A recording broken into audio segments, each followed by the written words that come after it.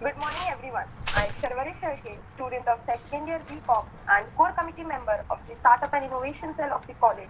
I am very pleased to welcome you all who have joined us today for this national level workshop on Ideas to Action, the Fundamentals of Starting Up, sponsored by the Board of Students Development, Savitribai Phule University.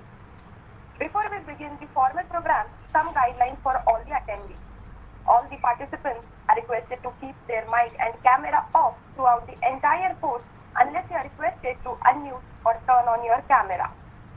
In case of any doubts or queries, please use the chat box. The organizers reserve the right to select questions or doubts posted by any of you in the chat box. After our esteemed speakers are done with their presentation, they will take a few questions from the audience for the speakers to answer, depending on how much time we have on hand. Turn on your cameras to capture the glimpse of the session whenever each session ends. Feedback form link will be shared towards the end of the session. Kindly stay with us till the end. Before we move ahead, I request the coordinator and key driver of the cell, Dr. Mariam Narona, to tell us a little bit about this workshop. Over to you, ma'am. Yeah, thank you, Sharvari. Good morning, everyone, and thank you for joining the workshop today. So, with the number of unicorns that are coming out of India, startups are like a buzzword. And for all aspiring startup founders, there are a number of questions. Why do I start a business? Can this business help me to make money now and in the future? When will I become profitable? What can I do to get funding? Who is my ideal customer? There are so many questions before aspiring startup founders. Hence, this workshop to help you to figure out if you intend to start up, that where you should begin, how to begin this journey, and to guide you along this path, we have two dynamic speakers who've been there, done that. So they'll be drawing from their experience and sharing their experiences, ideas, insights, and tips. We are fortunate to have received a very good response to our call for registrations. We have over 156 registered participants. Hopefully, people are joining soon. I'm sure people have class, and third year students in our college are also tied up with credit courses and things like that. We have received sponsorship for this workshop. Savitribai Phule University. And since we are conducting this event online, we have been able to extend our reach to the national level. And so we are able to benefit people beyond the boundaries of Pune city. So from within Pune city, we have participants from Abhidananda Senior College, BMCC.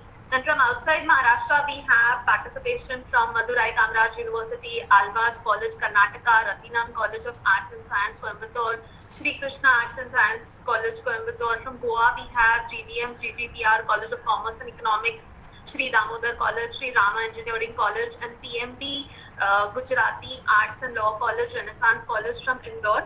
So credit for this goes to the entire team of Startup and Innovation Cell of the college. I hope that this workshop will give you some valuable insights and will probably inspire you to start something of your own. Wishing you all an enriching learning experience today. Over to Tushar and Sharvari for the rest of the proceedings. Thank you. Thank you, ma'am.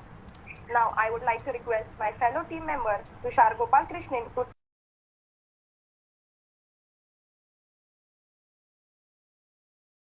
with this session. I would request all of you to please switch on your cameras for at least 30 seconds so that we can capture a glimpse of this session. So I request each one of you to please switch on your cameras just for 20 to 30 seconds so that we can take a glimpse of this session.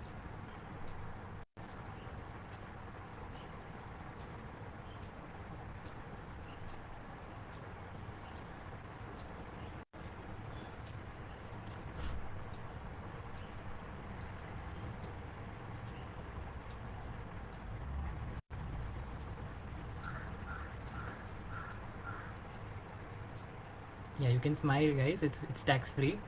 It's going to be a photo, so you can smile. Yeah, technical support, are we good to go? Yes. All right, thank you, Akshay. Will you please repeat it again? Our principal has joined, so allow ma'am to speak a little before we go. Sure, ma'am. What do you want them to repeat again? What did you want to represent? They're like, smile, it's tax free. Okay. So, ma'am, any opening remarks for this session that you would like to give us? Yes. Good morning to all of you. And this is a pleasant morning for us. Even we are at afternoon now, but with your company, it seems like a morning. Pleasant morning to all of you. And I want to congratulate Dr. Mariam Narona and her team for organizing such type of programs. Innovation is very important in everybody's life. Towards life, we have to see that everything should be in a proper manner, in new manner, in dynamic manner, so that we can enjoy our life. And if the resource persons, they are giving this type of view to our students, it means we are thankful to them for accepting our invitation, involving with us, and giving proper guidance to the students. So thank you very much, and wish you all the best for the program. Thank you very much. Thank you very much, ma'am. So, good morning, everyone. I'm Tushar Gopalkrishnan, student of TYB Walk, co-committee member of the Startup and Innovation Cell of the college, and co-host of this event. It is my pleasure to introduce our first speaker of the day, Ms. Rashi Senan Naram, and the founder of Heads Up for Tails. Rashi graduated from London School of Economics and went on to prove her mettle in the corporate world when her first love, her Labrador Sarah, turned her into an entrepreneur. It started with Rashi scouring the online market and local pet stores in search of quality products for her first ever puppy and being dismayed with the quality and nature of the products available. With her motto, if you can't find it, make it, Rashi attempted to make a few products for Sarah herself. After a lot of research, she created a handful of fun and useful products and got them tested by the lab Sarah herself, and as well as by family and friends who were dog parents. Before she knew, she was swarmed with requests for more products, and that's what eventually gave birth to her own brand, Heads Up for Tails. The brand offers top-notch pet products, salon and spa services backed by dog experts and behaviorists, pet bakery, knowledge-based blogs, workshop for pet parents, and fun events where pets can accompany their parents too. On behalf of the Startup and Innovation Cell of the college, I welcome Mrs. Rashi and request her to share her thoughts and learnings that would surely be of great significance to all of us. Over to you, ma'am. Thank you so much, Tushar, and good morning, everyone. Thank you so much for having me here. It's really lovely to be a part of an innovation and startup cell. I think when we were growing up, we did not have initiatives like that. So it's just wonderful that all of these things are happening. Today, I just wanted to share my entrepreneurial journey with you, and I wanted to keep it very real, very authentic.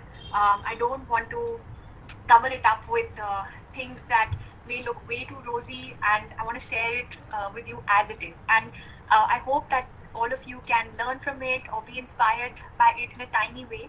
And that's really what we aim to get out of the session. And the way that I'm going to do it is, I didn't bring a PowerPoint or any of that. I believe that stories stay with us a lot more than learning material in its traditional format. And I just want to take you through the lessons that I've learned over the last many years.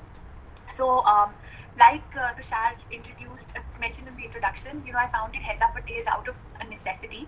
A little puppy named Sarah came into my life, and I just wanted to do better by her and really do the best for her, actually, so that she could live her best life. And I went all around the city trying to find simple products, like just clean treats and fun toys, or a nice bed for her, or a harness to walk her on. And I just found stuff that just didn't work. It was not good quality. Treats were full of chemicals. Toys were all plasticky. I knew she's going to ingest them, and then what? And so I just decided that if I'm feeling this necessity, I'm sure other pet parents are also going to want more products for their dogs. So I started with just making a simple bed. It was very basic. It was a nice bed designed to suit her needs, but it was very satisfying to see it come together, and fulfilling to see Sarah have a space of her own that she could go to and relax whenever she wanted at her own terms.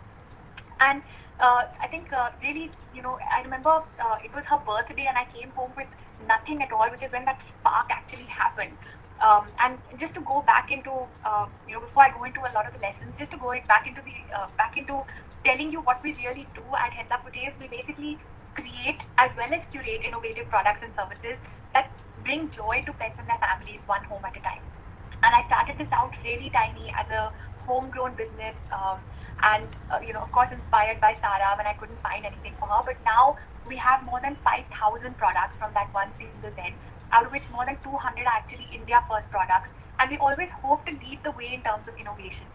And we also have 50 stores and an online presence, and we're trying to serve thousands of customers every month.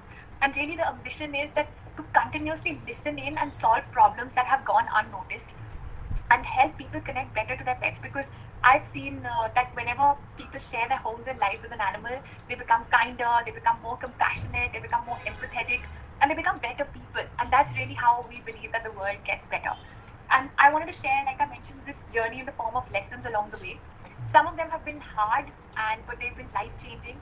And at least for me, at least they were life-changing for me. And I hope that they resonate with you. So I'll go straight into the first lesson. And the first lesson is that you don't actually need a out-of-the-world product to start a successful company. You just need to look at what makes us human. What are the things that we value and we consider to be important. So tap into fulfilling those little needs that you feel are not being fulfilled, something that you've thought of that you can't seem to find a product or a service or an answer for. And then from that single bet that I made for Sarah, we've designed now hundreds of products that make an impact in the daily lives of so many families across the country. And of course, the idea is only the beginning, right? After that begins the real work of making a tangible impact. So once I built out that collection of products, I was so excited, and I took it to all the pet stores in the city, and then I tried to reach out to other pet stores outside, also Bombay, Bangalore, Calcutta, everywhere that I could find a pet store. I was taking this catalog and samples, but every single one of those 200 and plus pet stores that I went to, they shut their door and said, who is going to buy this? What is this? Who are you? Why have you come here? And all sorts of things, and just very politely and sometimes not so politely showed me the door. And I remember feeling so rejected and feeling like, could I have really gotten this so wrong, where I felt like I felt it intuitively, but then there were absolutely no takers for the product in terms of the stores.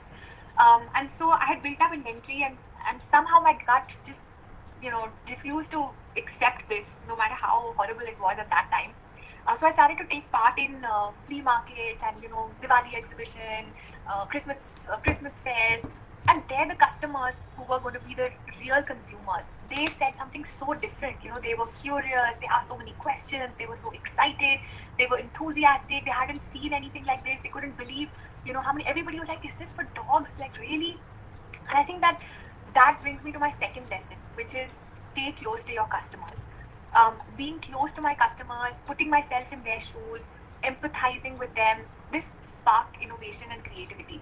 And they'd share stories, they'd share pain points, they'd share problem areas, and that helped us to come up with products faster than anyone else, or faster than we could have done alone. And for example, customer said to me, my dog is becoming old, she's having problems getting up from her bed, I can see that her joints are becoming weak. And now nobody had addressed the senior dog market in the country. So, just by listening to that conversation, we went back to the drawing board and said, okay, what can we do for senior dogs? So we started to build out orthopedic beds, we started to build out joint supplements, we started to build out so many things that can help them, things like ramps because they can't climb up, and many, many things that only happened because of these conversations. Or another customer said, my dog is a Cocker Spaniel, he has really long ears, and whenever he's eating his food, his ears get all messy because they go into the food bowl. So again, we decided to build a product which was, a little narrow from the top so that the ears would stay out, but deeper as you went in. And so all of these products were inspired by staying close to our customers, listening to their stories, understanding what they wanted, and this helped us establish the product market fit, which is really the starting point in an entrepreneur's journey after the idea.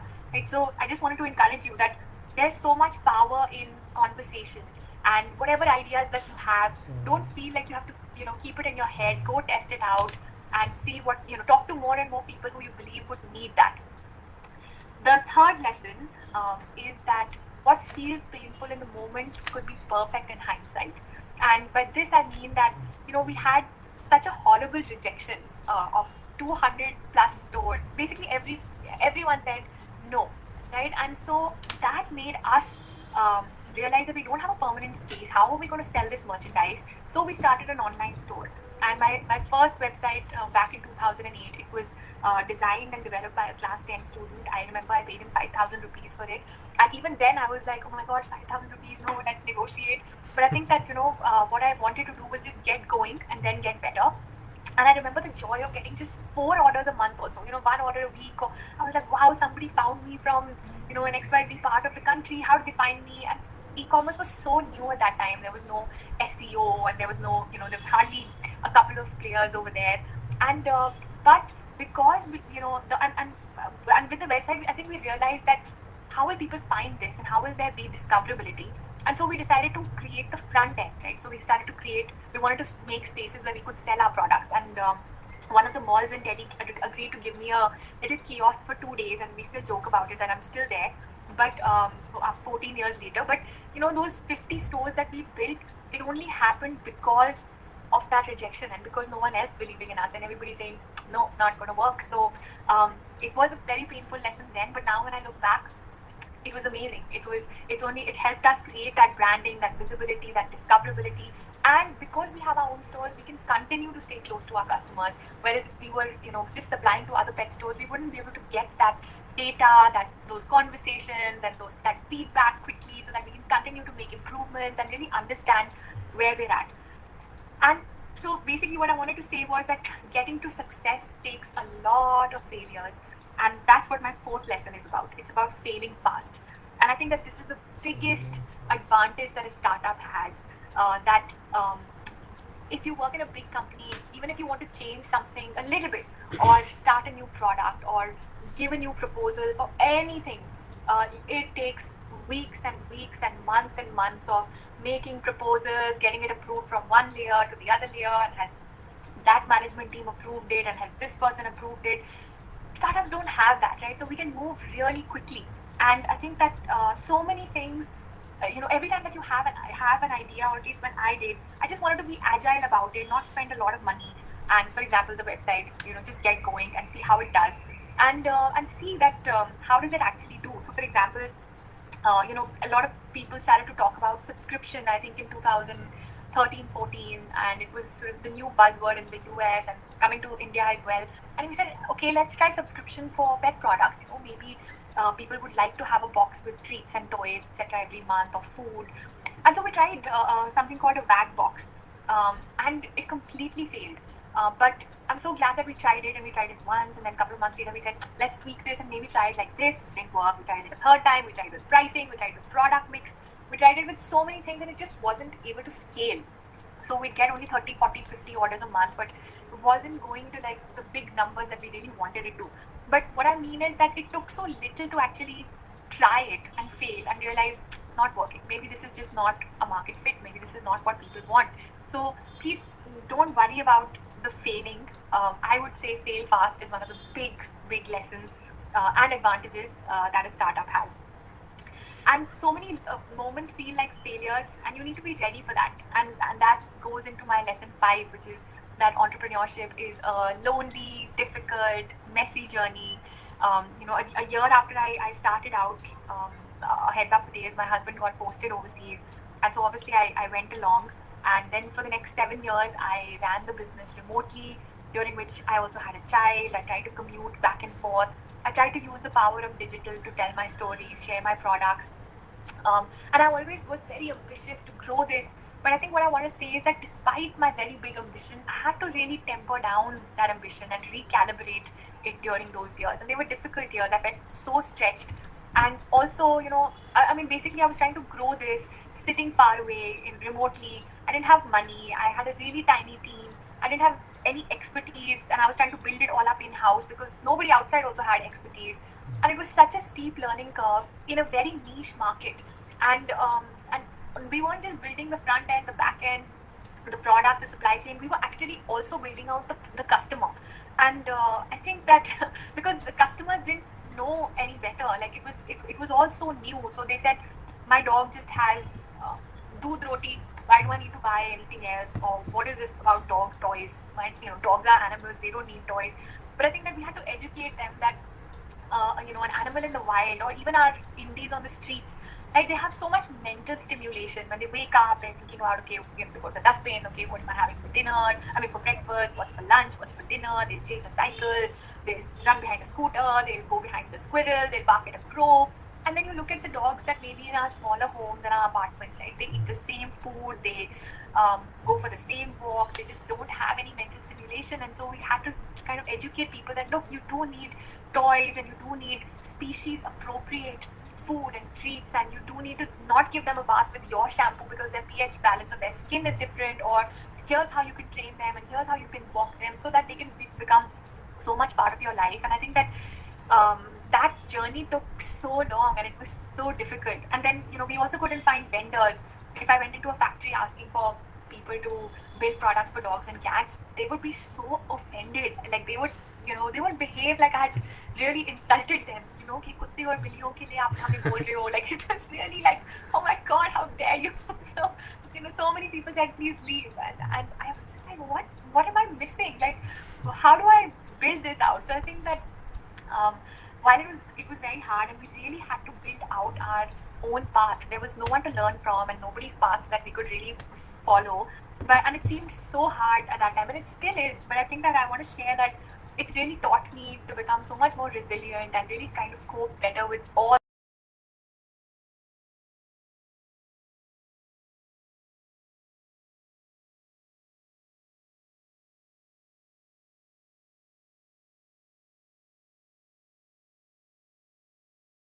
so challenging. I hope that you can see it as every one of those challenges in hindsight is going to help you grow. So how could you go through that challenge in the best way possible, learn from it, and however uncomfortable it is at that time, just keep growing. And then finally, I think when I could not cope with that fire in my belly anymore, I decided to move back. And this was 2015. And at that time, I felt like it was time to soar higher and find the right investor. And so I want to come to a very important lesson, which is lesson 6, which is about choosing the right partners and at the right time. Like Mariam also mentioned, there is so much talk of unicorns and startups, and it's so sexy now. It wasn't at that time. Few years ago, it was really about working really, really hard and just figuring this out. But with the VCs coming in and funding coming in, a lot of that has changed. And I actually meet so many entrepreneurs and even entrepreneurs to be, where the big goal that they have for their business is to get funding. And I just want to say that that is not the right goal, because it takes a lot to bring all of this together, and the money is only one piece of the puzzle. So I wanted to share a story with you that we found somebody who was very keen to invest, and he was a very well-reputed investor, and he handed me a check for $1 million, and I was super thrilled. But then he went on to say that he wanted to change my logo, my vision, my value system, and I just knew that he wasn't the right partner. And so I gave him the check back with due respect, and I left the room. And I remember feeling such a big wave of disappointment, but I also knew that I had done the right thing. So when you start your entrepreneurial journey and you decide to take funding, I just want to leave with you 3 questions that you should ask yourself. They're very simple, so I hope that they'll stay with you. Who is the right partner for your business? Do your value systems match? I have seen so many of my friends and co-founders, founders who started other companies, completely lose everything because they got the wrong people on board. Right? How patient is this capital? Does this person want a quick exit? Can you really deliver that? Or does your business need that time to build brick by brick? And so how will the investor react when things go bad? And things always go bad. It's never a journey like this. So really think about the who. The second thing is think about the when. So while getting an investment perhaps means that you're moving up, it is important to remember that that upward climb is not easy. And it requires a whole level of focus. It requires so much more commitment, resolve, and also unlearning what you may have been doing and sort of doing things a little bit differently. And so are you at that point when you can actually take that on? Most people just say yes without understanding what it's going to take. So I hope that this will stay with you, where you think about, when is it really the right time? I remember, when my baby was little, and even when I was overseas, we had a lot of people who showed interest, but I knew that was not the right time. And I'm so glad that I listened to my gut, because if I had taken the investments then, I would have fallen flat on my face. There's no way I would have been able to anticipate how much it takes to raise a child, manage a home, run a business all together at the same time. So yes, just a word of caution there. And the third question to ask yourself before you go on the funding journey is the why. And here is something that I want to just overemphasize. Why do you want to raise funds? A lot of founders don't answer this question very well. Everybody says, I want to grow my business. Yes, of course. But you need to dig really deep and understand what is it that you want to do, what do you want to grow into, and how are you going to be able to do that. This level of clarity really instills confidence in you and your potential investors, right? So really take the time out to answer the why, because well, not everybody, but most people start with the what they want to do and the how do they want to do it, but not everybody remembers the why. And I think that it really differentiates you, and it goes a very long way when things get hard, and they always get hard. So yes, that was on the funding journey, hoping that you will remember some of these stories and the who, the when, and the why questions before you go onto this journey. The next piece that I wanted to come to was on people, because the company is really a sum of all its people. And since 2016, after I moved back, we've been working super hard to build out a strong product portfolio, understanding our customers, educating them, building out our stores, working on customer experience, building a strong supply chain, training, lots of training, learning ourselves, because we needed to build out all of this expertise in-house in terms of, what do dogs and cats really need? What is it that they need in terms of nutrition, in terms of wellness, in terms of grooming, in terms of training and behavior issues. But guess who we cannot do all of this without? And it's really a solid world-class team where everybody is a leader. So lesson number 7 is that everybody on your team has the capacity to build, to become a leader. And really it's about putting that team together that is going to help you with your vision, because it's great to have a vision to be able to change something or make impact, but if you don't have the people to do it, it's not going to go very far. And I think that I've learned so much about that piece in my journey, about whom I want to work with, whom I don't want to work with, what are the values that I appreciate in people, what is negotiable and what is completely not negotiable. So I've learned that skills can be learned so easily, but value systems can't. And so I really do value sort of attitude over aptitude. You can be the smartest person in the room, but if you're a jerk, I really don't want you on my team, no matter how much of a steep growth curve you may be able to add. And I think I'm happy and I'm proud to say that we're really working hard to build a team where everybody is a wonderful, empathetic human being who's looking to make that difference. And everybody's passionate about their work, taking it personally and treating the company as its own. And yes, I've had many people also break that trust. But I think it's important that as you become an entrepreneur and a leader, to build more people up as leaders, you keep your heart open, because I see a lot of leaders come in with a lot of armor, and they just leave their human sides at home. And I think that's I don't think that you can separate work and life.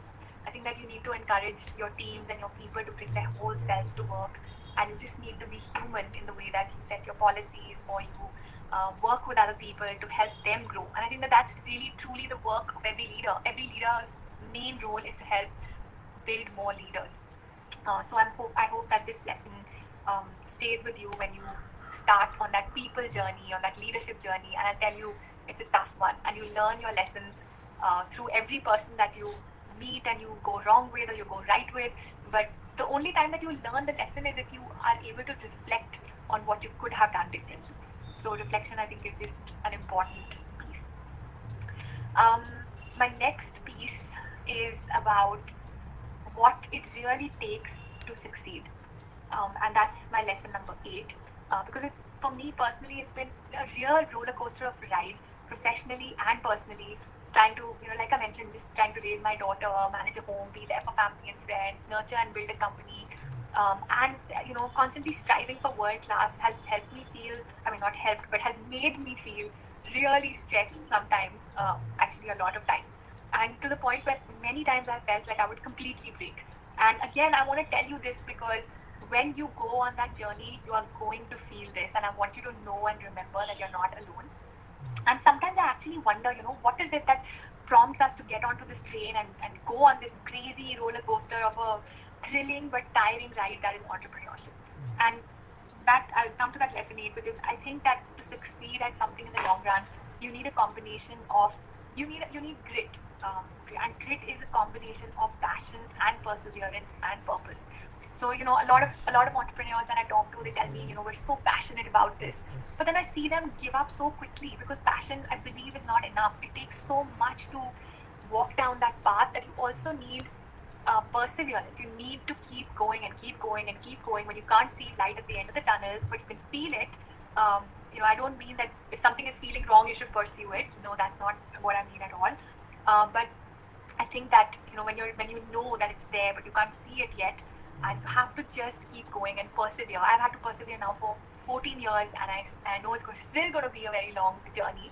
It's still going to be long and challenging, and I have stumbled more times than I can possibly count.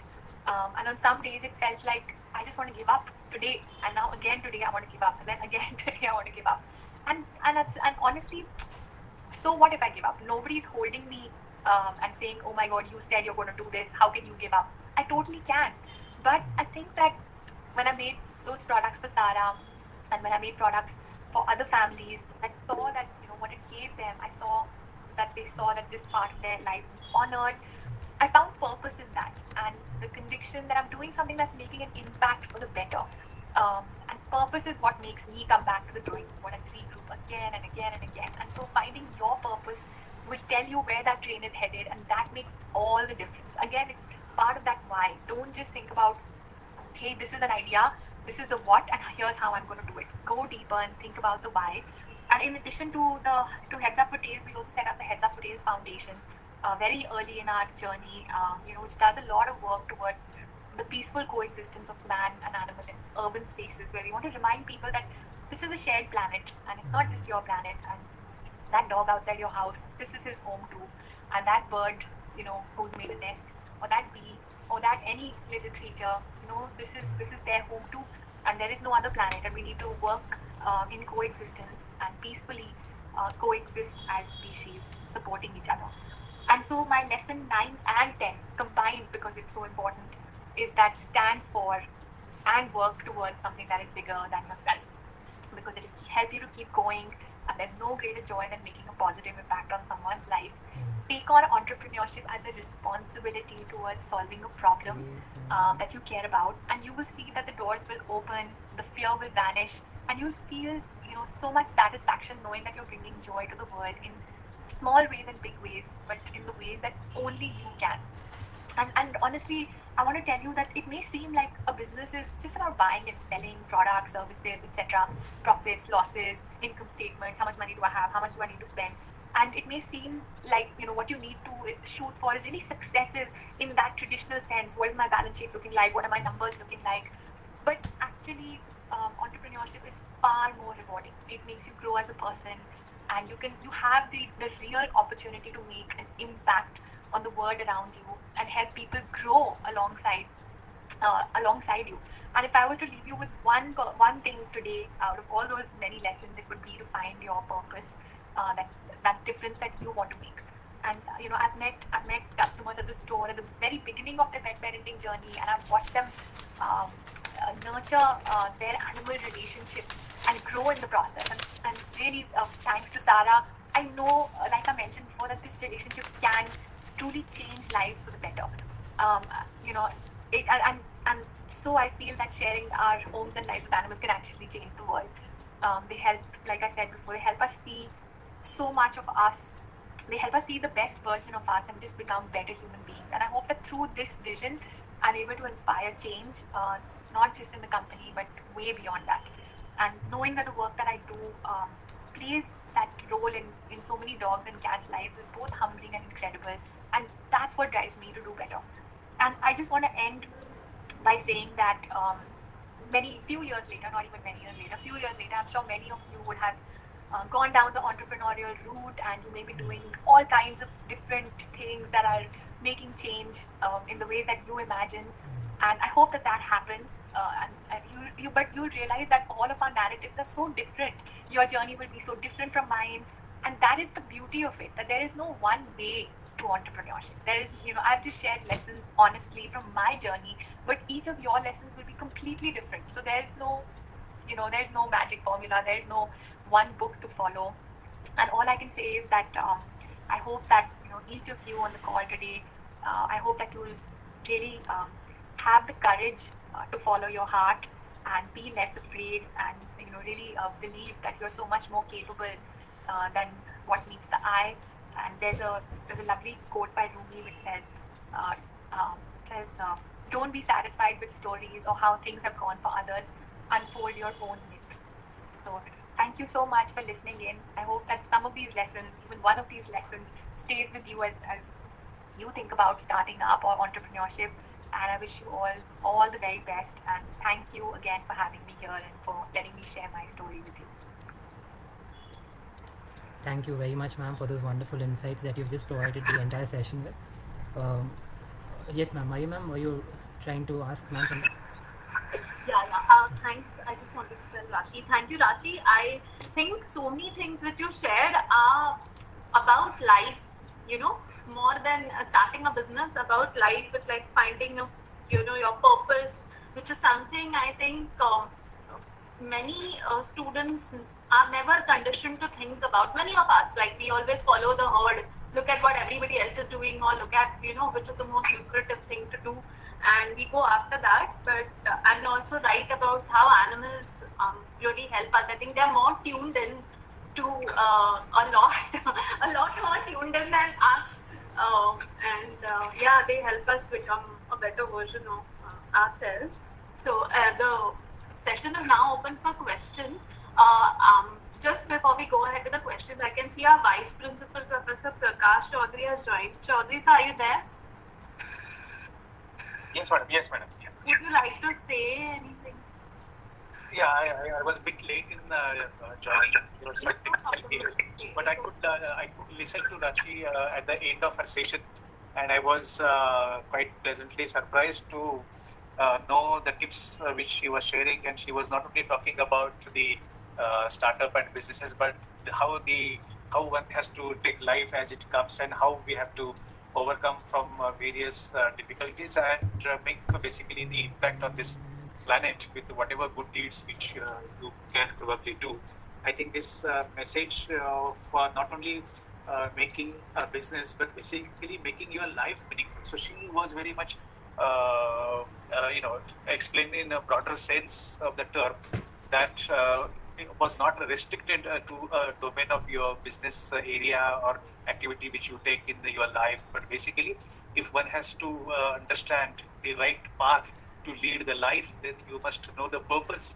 And once that is realized, I think the remaining journey goes ahead. And she has also wished the best wishes for all our students for their entrepreneurial journey. And she was also trying to project their future, that after some time you will also be in a position to understand how your entrepreneurial journey was a great journey and all that. So I think this kind of association and inputs from the person who has already traveled and got experience of life and businesses, sharing back to the students is nothing but giving back to the society. And I think Rashi's guidance and support for our young generation would definitely will be a value addition to their life, and they will definitely have some takeaway from the today's session.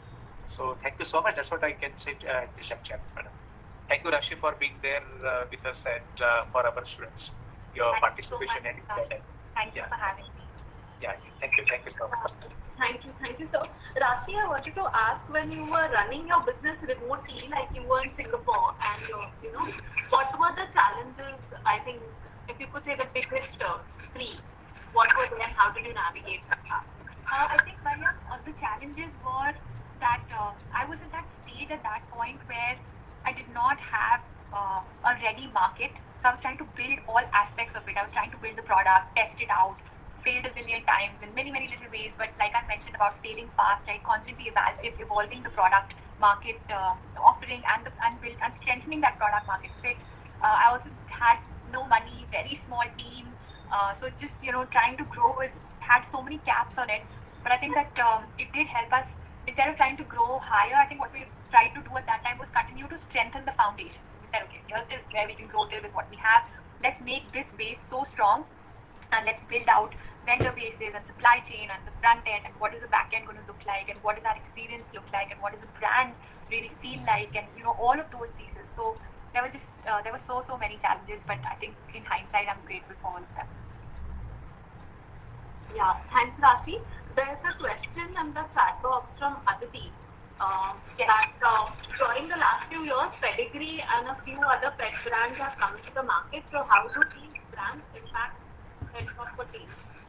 So Aditi, what we realized was that at first we were a single brand company, and a lot of customers started to tell us that, hey, I'm coming to you to buy XYZ things, and then I have to go to the department store to buy food. Can't it all be under one roof? And a lot of customers started to tell us that. We said, look, for my pet, I don't want to go to 5 places trying to find one shampoo here, one packet of food there. So about 5 years ago, we actually opened up the platform and we onboarded other brands as well to try to become a destination where you can find everything that you need for your pets, and not just product but also information and content. So we work on building out content on YouTube, writing out blogs, just answering questions that people have. So a lot of these new brands have actually become partners, which is lovely, and that's how we hope to strengthen those relationships. Thank you so much, Vinita. I just saw your comment. Any other questions any of you may have? I think they're typing in the chat box. Just All right. Thank you very much, ma'am. Just 1 second. Tushar. Please come forward with your questions. Otherwise, we'll be proceeding with the next speaker. So, if there are any questions for Rashi, I would encourage people to ask. Rashi, you said that you had you started a few products and you now have 5,000 products, out of which 200 are India first products. So could you explain what that is? So I think is that Chaudhary sir, could you be on mute? Chaudhary sir. We can hear other people. Yeah. I think what I meant by that is products that India had not seen before. So, for example, when I used to turn the packet of the treats I was feeding Sarah, I couldn't even pronounce most of the ingredients, and I was like, "What are these chemicals, preservatives, or whatever else that I don't even know what they are?" And so we built out, totally chemical and preservative-free treats. We built out shampoos and a whole grooming line of products that was again completely chemical-free. We built out things like the orthopedic bed for senior dogs and some of the other things that I mentioned. Many of our styles of clothing, harnesses, toys, all of these things was stuff that India had not seen before, and it all came from just talking to customers and trying to solve those problems. So that's what I mean by India first. Yeah, thanks. Rashi, there's a question from Dr. Kannan who's asking how to collect new ideas for startups. I think, Dr. Kannan, this is something that you have to really feel, because today I may tell you, Dr. Kannan, I see a huge gap for anything. I could say, okay, I see a huge gap for tea in the market. But maybe you're not even a tea drinker and you're not really going to understand that at all. And so I think that there may be ideas, but I think you have to resonate with it. What is the, if you were to be more mindful about your everyday life for the next couple of days and say, here's a problem that I feel I could solve. So just the other day, for example, one of my friends said, my gas finished and I didn't even realize. Now I have no gas at home, I can't cook. Right? So, and she's like, I want to create something that is going to tell me when my gas is going to finish. So I think that there are so many little things in our life that we can just be more mindful of and say, okay, what irritated me today, or what did I not have an answer for? What was it that was not complete or whole, or I feel like I can add in a missing puzzle? And really, sometimes it's also about thinking about what people may not even know that they want. Like you think about an apple. We never imagined that we wanted all of that we have on our fingertips today. So I think either one of those two routes, what does the future look like, or what is it that's missing in your life? I personally love to go down just the human approach. What is it that, so when I'm doing new ideas, even within the business, I think about what's missing for me and what am I not finding good enough stuff outside for. So I hope that answers your question. Yeah, there's one more question about how did you manage your finances throughout your journey? So probably from where you started to where you are now. Sure, sure. So when I started out, I had a little bit of saving from my corporate job, and I invested all of that into starting out. And it wasn't much, and it was very tight for the first couple of years. Just saying, okay, how do I really make this go the longest way that I can? But bootstrapping has so many advantages. It really helps you to be very agile. It helps you to be to use a little bit of money to go the longest way that you can. It helps you to think about that a lot, and I think that it teaches you many good lessons. And I actually believe that everybody, even if you have funding available, you should take that time to bootstrap, because it really is very powerful. So I hope that answers your question. And then of course, once we raised funding from our investors, it's about how are you going to manage those funds, where are you using them, how quickly do they want you to grow, how quickly can you grow, and then that's really what you do. But I also have to tell you that, for example, where you feel you don't have expertise, so supposing finance is not your core strength, use your time to find somebody whose core strength it is, so that you have a really strong team and you don't have to figure every single piece out. So I hope there's some takeaway there. Yeah, thank you, Rashi. Somebody's asked about the biggest challenges. Sakshi, Rashi already spoke about some of the biggest challenges. If you missed that part, whenever we upload the recording of the session, you may access that, because it will be a lot for her to repeat now. Okay, right? So, yeah. Okay, so I think since the next speaker has joined, Tushar, over to you to thank Rashi and to begin the next session. Okay, thank you, Mari ma'am. Once again, I would like to repeat what Rashi ma'am had just quoted in her session, that grit is equal to passion plus perseverance plus purpose. And we need to take up entrepreneurship as a responsibility to help someone. So with those really insightful words, I would like to thank Rashi ma'am for giving us such a wonderful session. And now I would like to hand over the platform to Sharvari for the next session. Over to you, Sharvari. Thank you. Thank you, Tushar. Before we move ahead for the next session, I request everyone to turn on your camera so that we can have a group selfie or a group picture. Kindly turn on your cameras, please.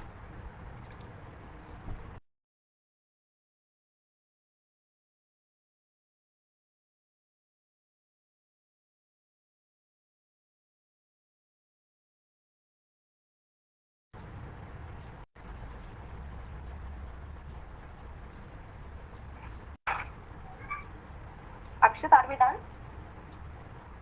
Yes. Okay. Thank you, everyone.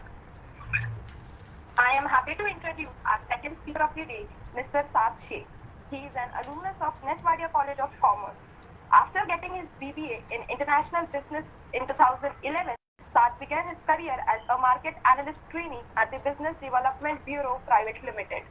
He has worked about 6 years with one of the leading market and competitive intelligence firms, Value Note. He has successfully co-founded a venture named Sultan, a delivery kitchen in Pune specializing in gourmet samosas and biryani. He is currently working as as the program lead of the Intel Startup Program to nurture and integrate the startup ecosystem in India. We believe Mr. Saad can help all of us by sharing his ideas, insights, and learnings on the fundamentals of starting up. On behalf of the Startup and Innovation Cell of the college, I welcome Mr. Saad and request him to share his thoughts and learnings. Over to you, sir. Hi, thanks a lot. Very warm welcome to everybody today here. I hope I'm audible. Is Mari ma'am here as well? Yes, she's here as well. Okay. So is my audio audible? Is it all okay? Just want to make sure the setup is fine. Yeah. Fine. Yeah. Perfect. Cool. So before I start, right, I think first of all, warm welcome to all the students, everybody who's present over here. Really happy to be here. Thank you for the introduction as well. I'll just probably share my screen so it probably gets easier to walk you through what is it that I'm trying to present today. Right. So one thing I would like to do, this is a workshop, right? So I definitely need you guys to really chime in and pitch in. I don't want it to be a formal session where I come here and sit and give a monologue or a GAN session really as such.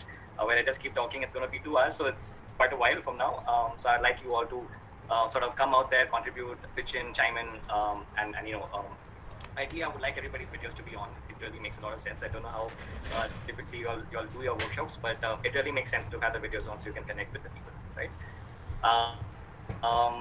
Cool. So I want to have the interactive session. It would have been great to do this in person. If we could have done actually breakout rooms, we could have had small mini groups being made, etc. But we are where we are right now. Why not make the most of it right now as we are? Before we start the session, I want to understand from the students itself. We had a really wonderful session from Rashi. She walked us through her venture itself, right, and her entire journey. So what I would like to actually get from you all first is, what is it that you would like to learn from today's session I'm going to be walking out through? Does anybody have any inputs, anything which you'd like to share, like anything you would like to specifically understand? So maybe while I'm covering the session, I can sort of touch upon those aspects as well, right? So please go for it. If you want to raise hands, you want to show a raise of hands. Again, I'm saying this, right? I want it to be interactive. Anish, Okay. raised. What is it? Do you want? It's been raised for quite some time. Okay, that was a mistake, I think. Okay. Somebody will raise their hand. Who is this? Okay. Shivam Choksi. Yes. Shivam, go ahead. Shivam? Yeah. Good morning, ma'am. Good morning, sir. Sir, as an entrepreneur and as a startup, how can we start our industry or our business to circulate a product in market? So, what things we need to start our production line as an industrialist? As an industry. Okay, interesting. Fine. So one, you have a point in terms of, okay, if I have to start an industrial product, a production house, then how is it that I'm going to go about doing it? I think we will cover some elements of that today. Good. We'll touch upon that for sure, Vishnu is saying, profit margin for products, and is it okay to be sold, to sell cost to cost in initial months? Okay, I think we can glaze over this when we do the Q&A towards the end, because this is a more pointed question around margins and profitability. Fine. Aditi, you want to go next? Yes. First of all, good afternoon, sir. Hey, good afternoon, Kwame, sir. By the way, I'm actually still a student at heart. I'm probably just still. It's been 11 years, 12 years since I last graduated, and I'm very much closely connected to college. My ma'am is here. I still call her ma'am, and she's very much a professor to me. So yeah, this address me as sir. Yeah, okay. That way. So what I want to learn from you is, many times we in share markets we call it as a stop loss. It's the place where we stop trading into something because the deal becomes very risky. So in startups, when do you suggest that we need to stop or we need to change our strategies? Very nice question. I think that's a very interesting question. I will definitely be touching upon this because this was something which was a very critical part of my journey as well, as part of my earlier startup, right? So I think I will definitely cover this. And this is a very good question. Thanks, Aditi. Thank you. Okay. Any other questions, or should we sort of, why is competition important? Okay, nice, good point. Vedant, go ahead. Good afternoon, sir. Good afternoon, sir. So I have two questions. Firstly, the first one is, like, after you have an idea, how do you scale it to a point where you can see a clear vision, or when you can address it to a larger group? And the second question is, like, eventually, have you heard of the platform called as Lead Off for private equity investments? I'm sorry, your voice broke up over there a little bit. Can you repeat that? The second question, right? Yes, the second question. Yes. So my question was, have you heard of the platform known as Lead Off, LEADOFF? So it's a portal for basically private investing for private. Oh, so you can elaborate a little bit more about it for everybody. Yeah. So my question was, like, just how you invest in share market or stock market. Can you just take 10% of a portfolio and invest into companies that are not listed? So this thing basically allows you to do that. So my question was that, can you address that 10% of your portfolio and invest in that in private equity company? Okay, very pointed question. The second one around investments into private equity companies, maybe a little because private equity companies typically work on a fund basis and they raise funds from individual investors, and there's a certain ticket size which you need to pull into it, right? But the first question, I think around scaling your vision, definitely I will be touching upon that. Interesting. Thank you, sir. Thanks. Okay. I think I will get going. In case you have still more questions, please keep them coming in. I will take a note of them.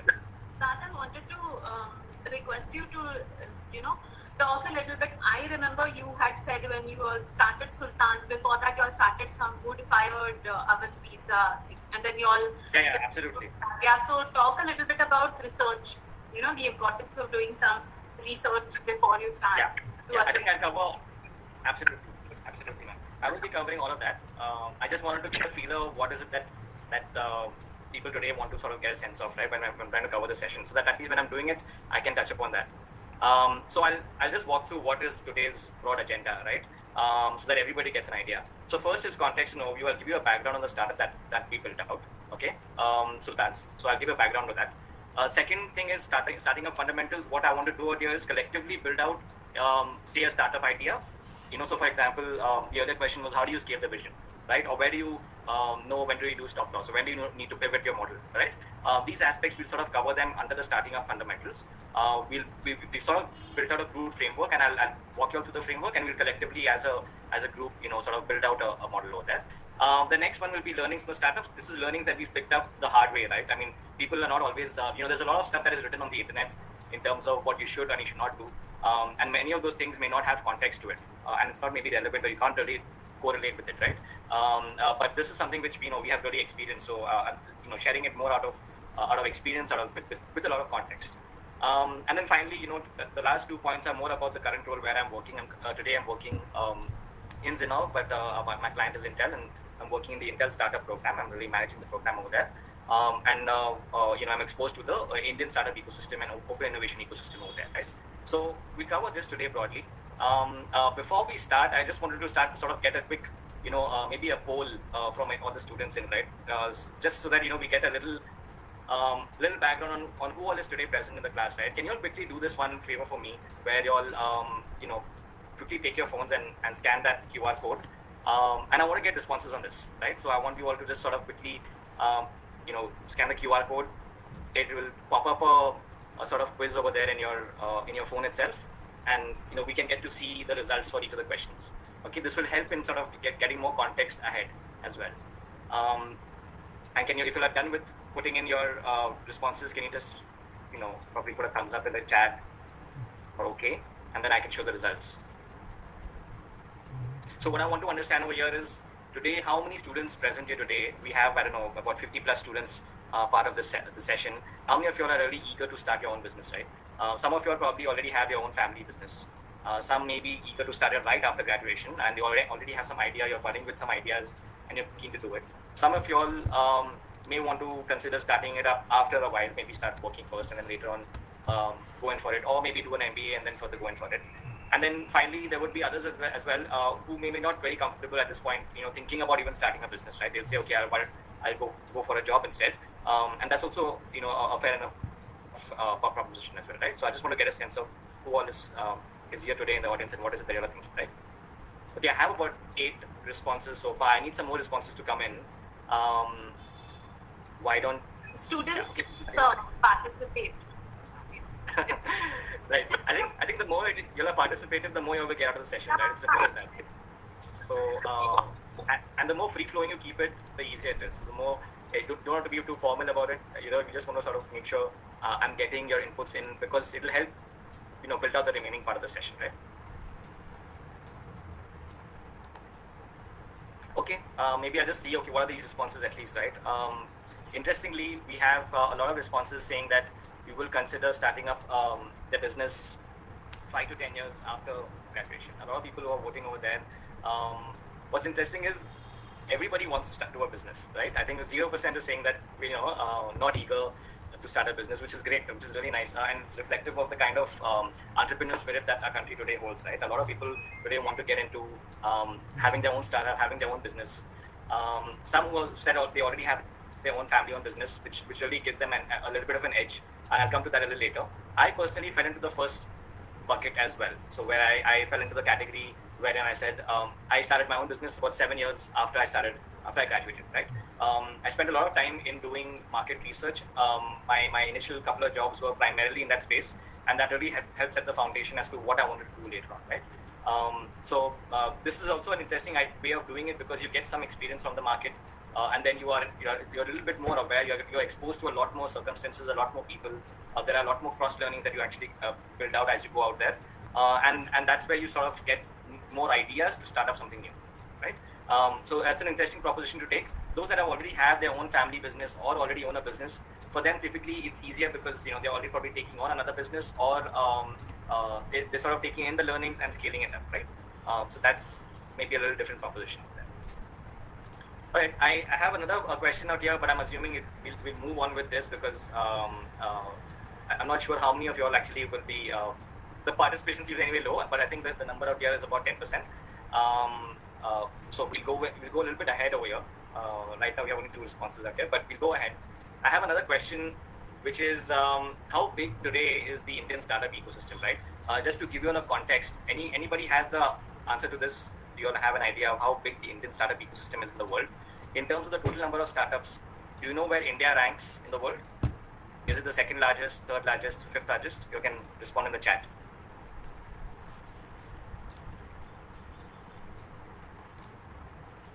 I think everybody's doing Google now. 2nd largest. Okay.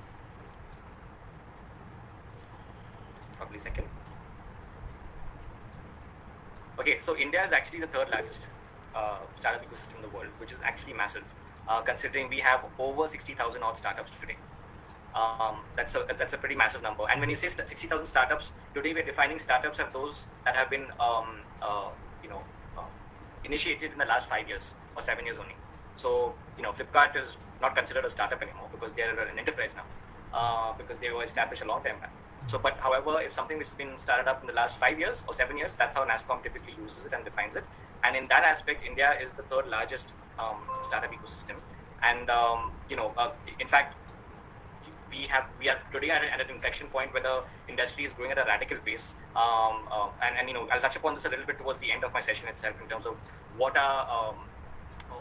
are we today in terms of the startup ecosystem and where are we heading towards, right?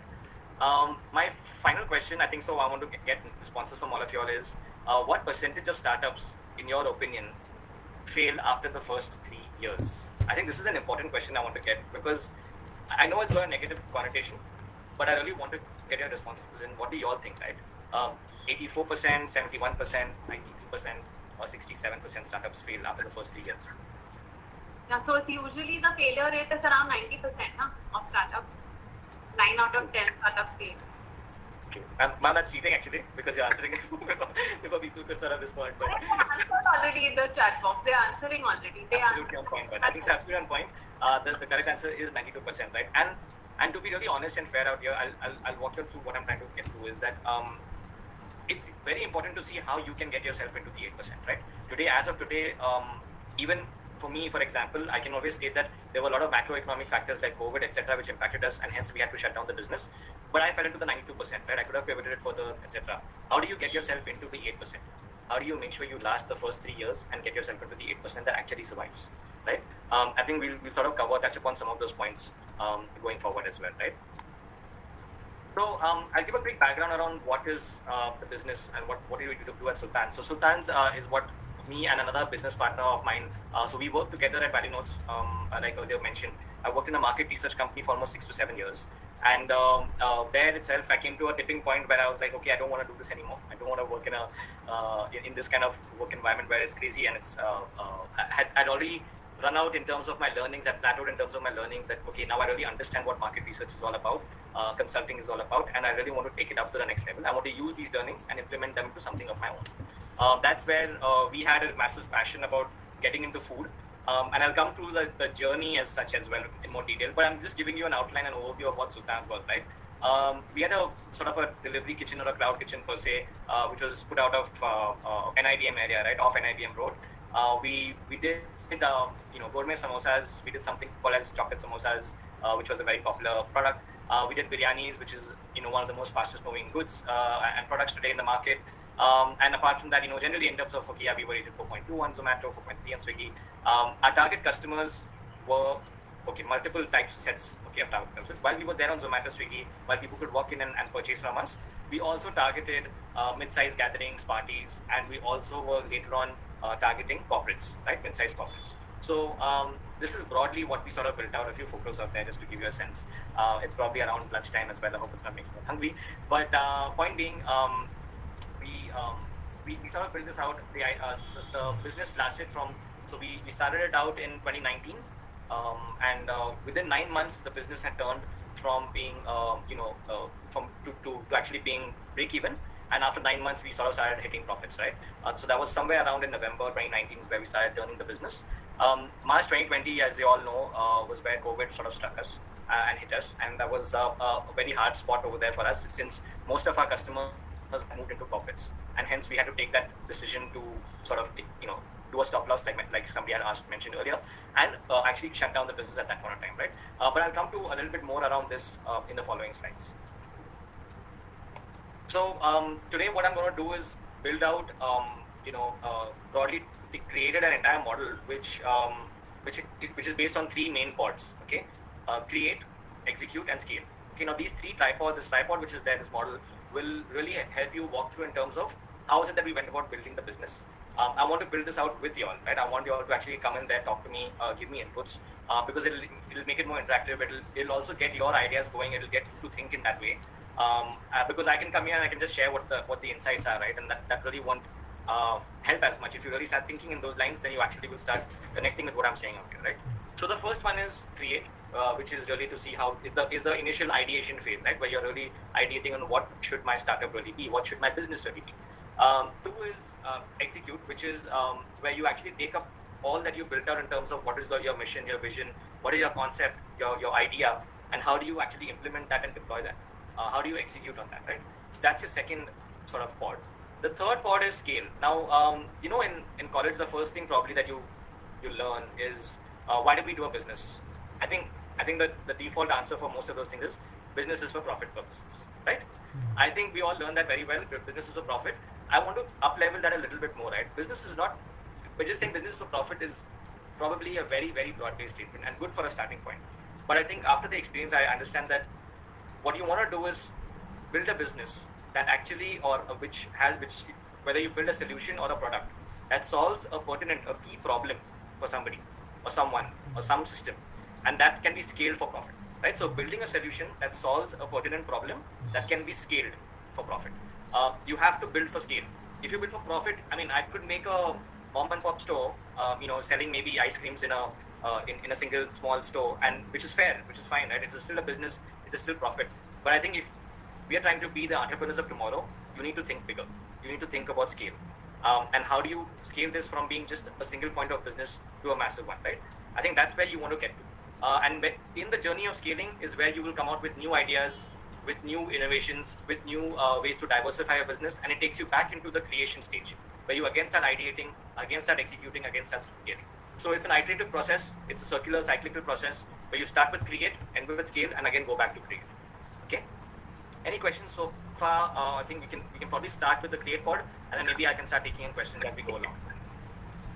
Yeah, Saad, I think people sometimes get hung up on ideas, like, how original is my idea and things like that, or something like it's already been done and then now what can I do about it? So how to get past that?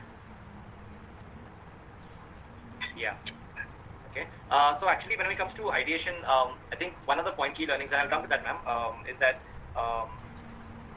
while we were also building it out, you get really stuck up with, what should the product really be, and you invest a lot of time in getting the product right, okay, and getting the concept of the product right, without really thinking of the market, without really identifying what the problem is. I think even though there are people out there selling a similar product, what you need to ask is, are they solving a real problem that people are facing, right? Are they really solving a problem? Because once you know that you actually identified a key problem that you want to solve for, and then you start working towards a product, then you really know that there is a customer tomorrow for your solution and for your product, right? So I think it's very important to know what problem you're solving when you're creating an idea, right? At that initial ideation phase itself. Once you've defined the problem statement, then moving on to solutioning for it, irrespective of whether there's a competition out there, right? It doesn't matter out there, because what you're trying to do is find the exact problem and then find an innovative way to solve that problem. Can I be more innovative than the 2 other people who are already trying to solve it, right? Can I solve it faster? Can I solve it cheaper? Can I solve it with a better experience, right? you're trying to add on aspects and elements to it which sort of enhance which enhance the value of your own value proposition, right? So that's what you want to bring out. I think when we come to the sort of creation pod, the create pod, right? This is the stage where you're ideating, conceptualizing, building out your mission, vision, strategy, right? So let's build it out with an example, right? Why don't we take an example right now? I'm sure most of you are all foodies out there, right? Everybody likes to, I'm sure, go out. There might be a few people out there who might be saying, okay, I don't like food and I don't enjoy it, but I'm sure 90 out of 100, 95 out of 100 will say they want to. So why don't you pick a cuisine, right? Tell me any one cuisine which you really love, whether it's pizzas, burgers, Indian food, anything. Let's just take any one. Italian. Okay, Italian. Okay, first one to go for it. So let's just take this out. And what I'll do is let me share a different screen. And I want to build this page out, right? So that you can actually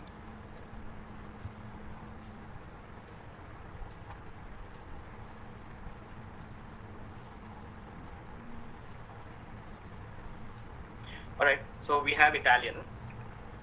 Can we get a name? Can somebody give me a name? Pasta. Give me some name. Pasta. Really, a name of the restaurant is Pasta. Something more innovative. Think of a brand name. That's what he's trying to make you do, is think about. Think of a brand name. Just give me some brand name, right? Anything, whatever you can come up with. Anybody in the chat? Any comments? Come on, you guys are kids and students who are okay. Italy, okay. Nice. Okay. It's a very Indianized Italian place, so let's go with that, right? Italy. I would like to thank Tushar for that. Okay. So right. Can you tell me what all do y'all feel should come up in this initial phase when we're actually starting up the business? What do y'all feel should be the key things that we should come up, right? So I did discuss saying the problem statement, identifying what is the problem statement, right? So for example, today, are there Italian restaurants out there serving maybe a fusion dish with, if it's Italy, I'm assuming it's going to be something with Indian cuisine, right? So are there Italian restaurants there serving fusion dishes primarily for only veg customers? Maybe not, right? So maybe I'm trying to define a problem statement over here first. So first define the problem statement itself, we spoke about that. What else do you feel should come into the creation phase? I can anyway walk you through all of it, but I would like to get some ideas from you. In the initial starting up phase, what do you think should be covered? Deciding our products, or in this example, menu. Okay, very good. Menu. So recipe, menu. Very good. What else do we need to think of it as the initial phase, right? Now we're trying to build it out. Now we've got that chat box also, Sal. Somebody said where to get skilled labor. Rather, you mean people who can make that cuisine. Okay, perfect. So I think why don't we look at that as finding the right team, right? Team. Okay. I don't know if I'm allowed to answer. No, ma'am, we can't answer right now, right away. I think I want the students to come up with all of their inputs. First, let's get their inputs in. There's and wrong and nothing. You're learning right now. So, if you make mistakes right now also, it's okay. Okay? Okay. So one important thing I want to share with you all, right? I think being in research, being an analyst, one of the first things we learn as being an analyst is ask questions, okay? And ask the dumbest of questions. The reason, because the dumb questions, the silly questions are what really make you understand the concept better, and then you're sure about what you need to build out on later on, right? So do come up with, even if your point is not really valid, it's okay. It's about getting to think that way, sharing your opinion, and then once you start seeing what the responses are, then it sort of helps build your opinion better and gives you more clarity and right? Bringing in finance, I think I like that point. So in figuring out your financial model, right? Point of sale, target audiences, they're typing in the chat box. I'm just reading. Yeah, I'm looking at that as well. Bringing in finance cost structure. So yeah, I think your business model, financial model, cost structures would be similar. Point of sale, I think so is probably your tools, maybe which you need, right? Maybe this is a little later. It will come at the execute stage where you actually sort of started building the business out. Think of it as you and me sitting down in a classroom today and figuring out, okay, I'm building a restaurant now. What all do I need to put in place, right? So what else do I need to sort of get into place? I'll give you maybe some more ideas. I think so. Somebody mentioned location analysis. That is a very, very critical point when it comes to restaurants. Do you think we require a vision? Do you think you require a vision? Okay, logo. Nice, interesting. I will just change this to logo or it should.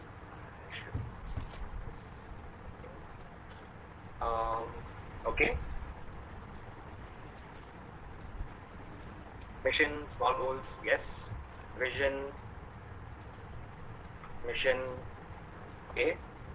Anybody tell me what is the difference between vision and mission, right? Can somebody tell me that? What is the difference over there?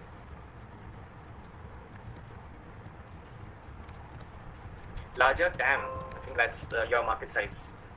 Is that what you're trying to indicate? Larger TAM?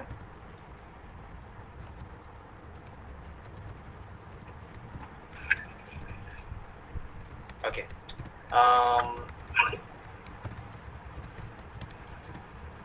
Great. Vayu, I think so. We'll cover some points which I hope will be interesting to you today in the session. Competition. Competition. When you say competition, what do you mean? Identifying a competition, right? Doing a survey of your customer. Yes. So, competitor analysis. Nice. Points.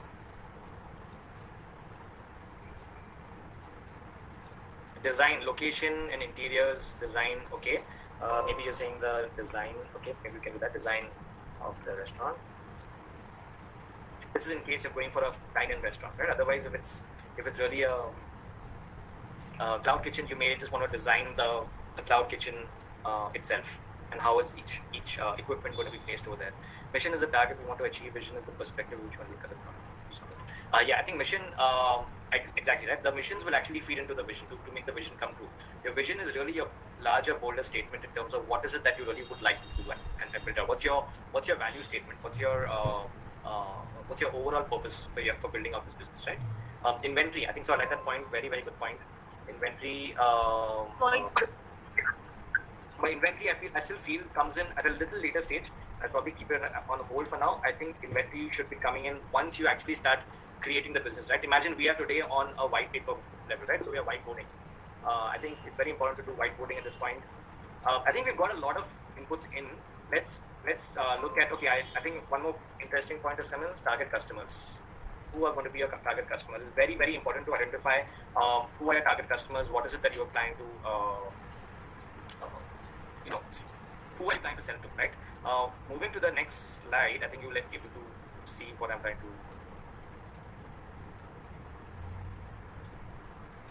Okay. So problem statement might be already covered, is very critical. Finding the solution for this problem statement is important. I'm going to touch upon market research a little bit out here, right? When we spoke about market sizing, we spoke about competitor analysis, we spoke about location analysis. All of these points are market research, right? Apart from just this is how, say, for example, for a restaurant.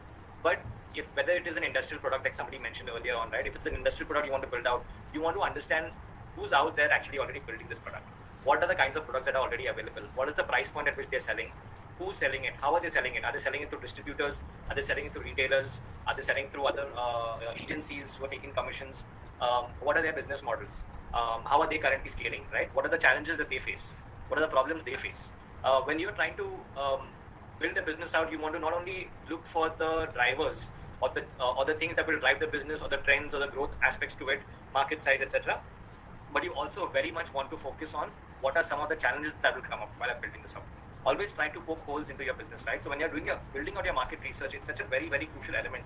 At this initial stage, you want to make sure you do a thorough research before you jump into something.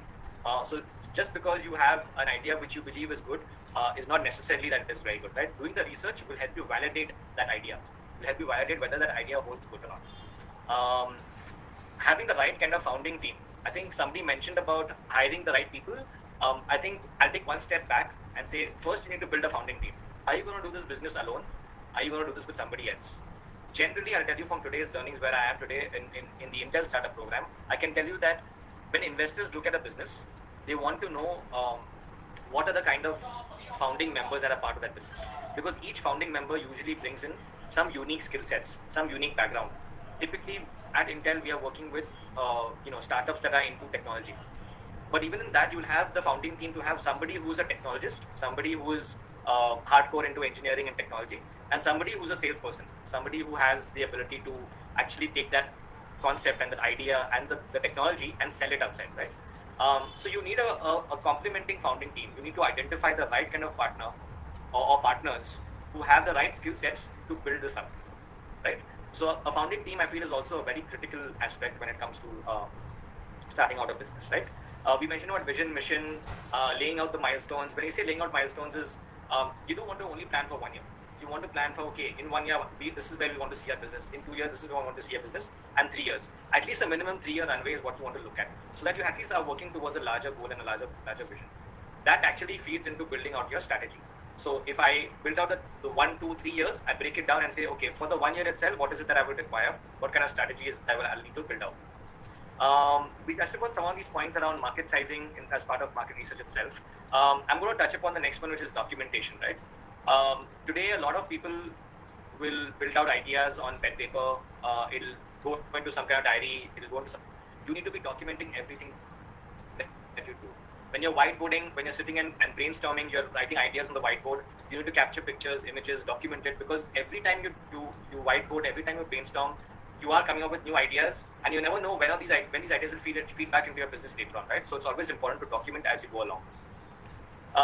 Identifying your business model. Now, when I say identifying a business model, it also includes identifying what are your financials going to be required, what money will be required. Are you going to be pulling the money by yourself? I think so. Rashid was at the end was mentioning that she had bootstrapped her business initially, right? That means done as well is where we had earned a certain amount of sum while working in corporate, and we put that money into the business. But when you're putting the money into the business, how is it that you're going to be utilizing that? Where is the money going to be going from now until the end of the year, right? And until when are you going to be able to last this business? So you have to factor in a lot of crucial elements at this beginning stage itself and it out, right? And hash it out itself. A critical point I want to highlight over here is blue sky thinking. Does anybody know what blue sky thinking is over here? Feel free to like chime in if you know what blue sky thinking is. Okay, so blue sky thinking really is as simply put as that. What can you think of it, right? Blue sky is the sky is as wide open as you can imagine, right? It could be essentially what you're doing is trying to keep that the sky is a limit. So not limiting your own business to saying, okay, I will only open a restaurant which services my area, right? I'm going to start thinking bigger. Can I build a restaurant which will not be a restaurant only in NIBM, but rather not only in Pune, but rather in all of the metro cities, right? Why not that? Why can't I scale this outside India? Why can't I have a business model which can be scaled all the way outside India, right? I think what you want to start looking at is without keeping any cap in mind, without keeping investment in mind, without keeping money in mind, without keeping any of those factors in mind and saying, okay, how big can I build this with this idea, right? It's very important to do that at this initial stage so that you identify where is the ceiling of your idea itself. Where does this business can potentially scale? At this point of time, you don't want to think of what are your limitations, right? You can say, okay, I have only 1 lakh rupees in my hand, so I cannot build a business which takes 50 lakh rupees. Let's do it at this stage. You think about what is it that you could build out, irrespective of how much the money is, right? But at least you should have all the other aspects fit in. You can't do blue sky thinking, just thinking, okay, tomorrow I'll build the next Reliance, right? That won't work that way. But you need to say, okay, I've identified a problem statement. I want to a specific problem statement. I've got a solution for it. But what more can I think on this? How big can this business be? What can I think of outside, right? I think that's what you want to sort of build out, right? The next one is specifically for restaurants. I think 80% or almost 85% of the restaurants fail because they end up in the wrong location. Okay, so again, getting your location right is absolutely critical. And today, even getting your cloud kitchen location right is also important, because how close is it to your suppliers? What is your delivery radius like? Where all can you actually supply your products like? So those are location is actually a very critical component. Becomes even more so when it becomes a consumer-facing business, right? So like a restaurant, like a clothing store, it could be a fashion store, it could be anything in consumer-facing business. Location is extremely critical. Sales extrapolation. So while you're building the business model out, while you're putting the expenses, you're also trying to estimate what could be your income from this. What this estimation of income and expenses will help you do is saying, okay, if I start actually building out my restaurant right now, within 6 months, will Italy actually hit break even, right? Will I be able to recover all the money that I'm spending, at least in that month, through my sales, through the profits that I earn that month, right? So that's what you're trying to extrapolate the sales for, and try to understand that, can I build a business model, can I build an Excel model where I can estimate this on a realistic level? right? The next few points are just really generic, but I thought maybe I'll just anyway cover them. These are anyway talked upon earlier as well. So whiteboarding, innovation, innovating on ideas, innovating on products and concepts, these are all very critical points, right? I think this sort of covers the broad create part. Okay, this is a very crucial component of what all goes into initial phase of actually starting the business out, right? Let me actually tell you a key learning from this entire experience of the startup, right? I'm sorry for the typo in the headline, but this is a startup curve. Okay, and I picked this up. I stumbled upon this a little later after I actually shut down the business itself. But this startup curve is absolutely on point. Okay, and now I'll walk you through our journey to explain to you how we went through this entire startup curve, right? So we are two people from a company called Valley Notes. Both of us are extremely enthusiastic and we both are very, very passionate about food. Okay, we're crazy about food. We've reached a point where we want to really quit our jobs and we want to start something new in food. What do we start off with first? I'll tell you, we started off with first building out cheese. Okay, so we actually started making our own cheese. We made mozzarella cheese, we made cheddar cheese, we started doing hard cheeses, soft cheeses, and we started creating the cheese itself. We thought that maybe there is a market for gourmet cheese in Pune itself, right? And at that point of time, a lot of these gourmet cheese, like the Bufala mozzarella, etc., was not available at scale in Pune. So that was something which we thought was a gap, and that's why we said, okay, let's start with cheese. Then we realized, okay, if you're building the cheese, if you're making the cheese, why don't we actually make the pizza as well, right? Because we both, again, you start off with what are the things that you really love, like Rashi mentioned. What is it that you really resonate with? What are the ideas that you really resonate with and connect with, right? If you spend enough time on YouTube, there is so much content out there. I'm talking about 7 years, 5-6 years back from now, right? Is where we started getting some of these ideas in terms of what we want to do, and we were stumbling upon a lot of this content around wood-fired pizzas. Wood-fired pizzas as a concept was not in Pune, 5 years back. There was only one guy called Greedy Man Pizzeria, which came in a little later as well. But apart from that, it wasn't really that present in Pune, right? So we said, okay, why don't we get into doing wood-fired pizzas? And that's another interesting idea. We say, okay, it's a very good value proposition. Why don't we start building it out? So that's where our initial enthusiasm sort of skyrocketed, right? We reached a point where we bought an entire wood-fired oven, a portable wood-fired oven from Germany. We brought it down here to India. We started testing it out. We had to try out different types of flour because you need high gluten flour for wood-fired pizzas. You need the right kind of tomatoes to come in because you can't use Indian tomatoes. You need canned tomatoes. Then you have to use the right kind of oils, the right kind of ingredients. So it was a very exciting phase when we were like, okay, this is great. So we actually spent time in building the product out. But after we built the product out, we came to a point where we said, okay, now we can make good wood-fired pizzas. We make our own cheese. Now, great. Now let's see how we can go and sell it tomorrow. That's when we realized this entire aspect of reality sets in, right? That's a very critical and very, very real issue which happened. We realized that Pune doesn't have the market for wood-fired pizzas. And why is that so? Pune is a market where you have a lot of students, a very student-dominated market.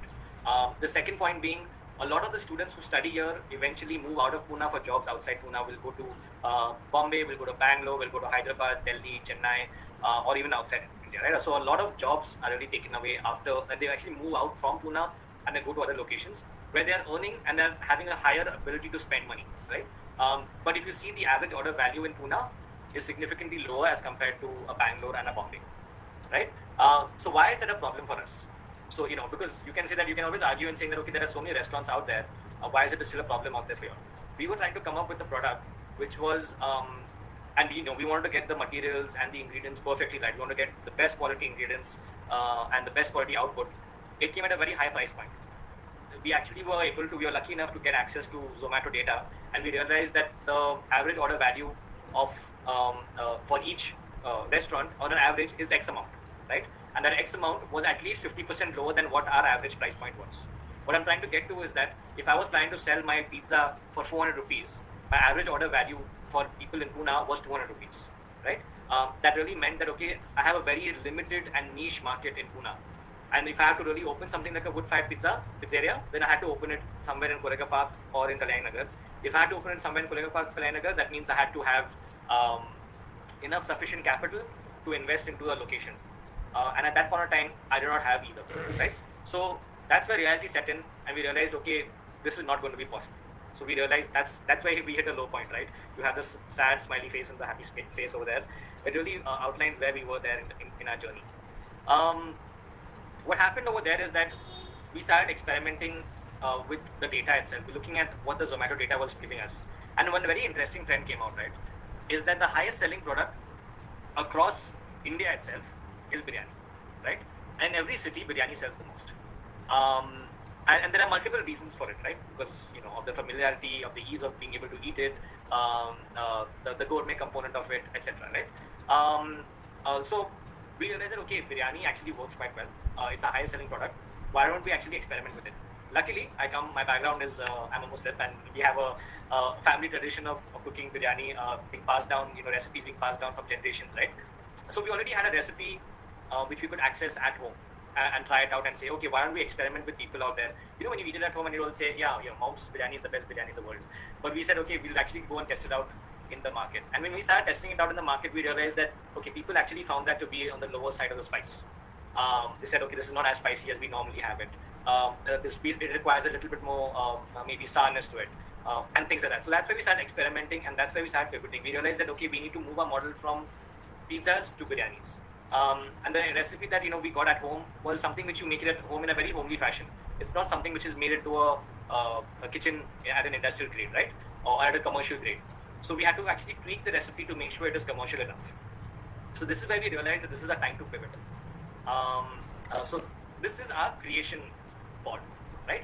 This is where I want to take a pause and say this is where we reached the create pod. And now after this, what we did is we started actually innovating and saying, okay, if I have to build biryani zone itself, what can go along with the biryani? What can be an accompaniment to the biryani? And again, we had access to, you know, I don't know if you all know about patti samosas. You might have heard of Akhtar samosas, etc. These patti samosas typically have different fillings in it. It can have keema, it can have fish, it can have prawns, it can have chicken, different kinds of ingredients can go in veg, non-veg, everything, right? So we said, okay, there's a lot of versatility over there. Why don't we come up with different kinds of samosas, like a barbecue chicken samosa, a pizza samosa, a chili chicken samosa, right? Come out with different variations to samosas itself as an accompaniment. And that's where we realized that it actually started working. We started realizing that there is a market out there for really good quality, unique and innovative ideas of dishes that can go accompaniment with the fastest moving product, right? So we need to get the right kind of combination, a combo pack, right? So biryani with the samosas seemed like a very good combination to go with, and that sort of started hitting the product market fit. What I mean by a product market fit is I've got the product, and now this seems to really identify with a certain and resonate with a certain market, right? So that fitment is actually happening over there. So at this point is where we started finding that product market fit. And then later we can anyway touch upon this, which is the scale point of it. We'll come to it as we go along in the next two pods, right? So this broadly sort of outlines our journey itself in terms of how we went from starting from cheese to wood-fired pizzas to thinking that, okay, we'll open a pizzeria, and then actually ending up selling biryanis, right? It's actually a very different, I mean, you wouldn't have ever thought that you would have started with pizzas and ended up selling biryanis. It's something which you don't think out at first, right? So what I want to give you one piece of advice yesterday: if you have an idea, keep it open to always iterating it. Don't be hard bound on the idea that, okay, ye idea hi chalega, right? This is the only idea, and this is sacrosanct. Don't go with the idea that this is it.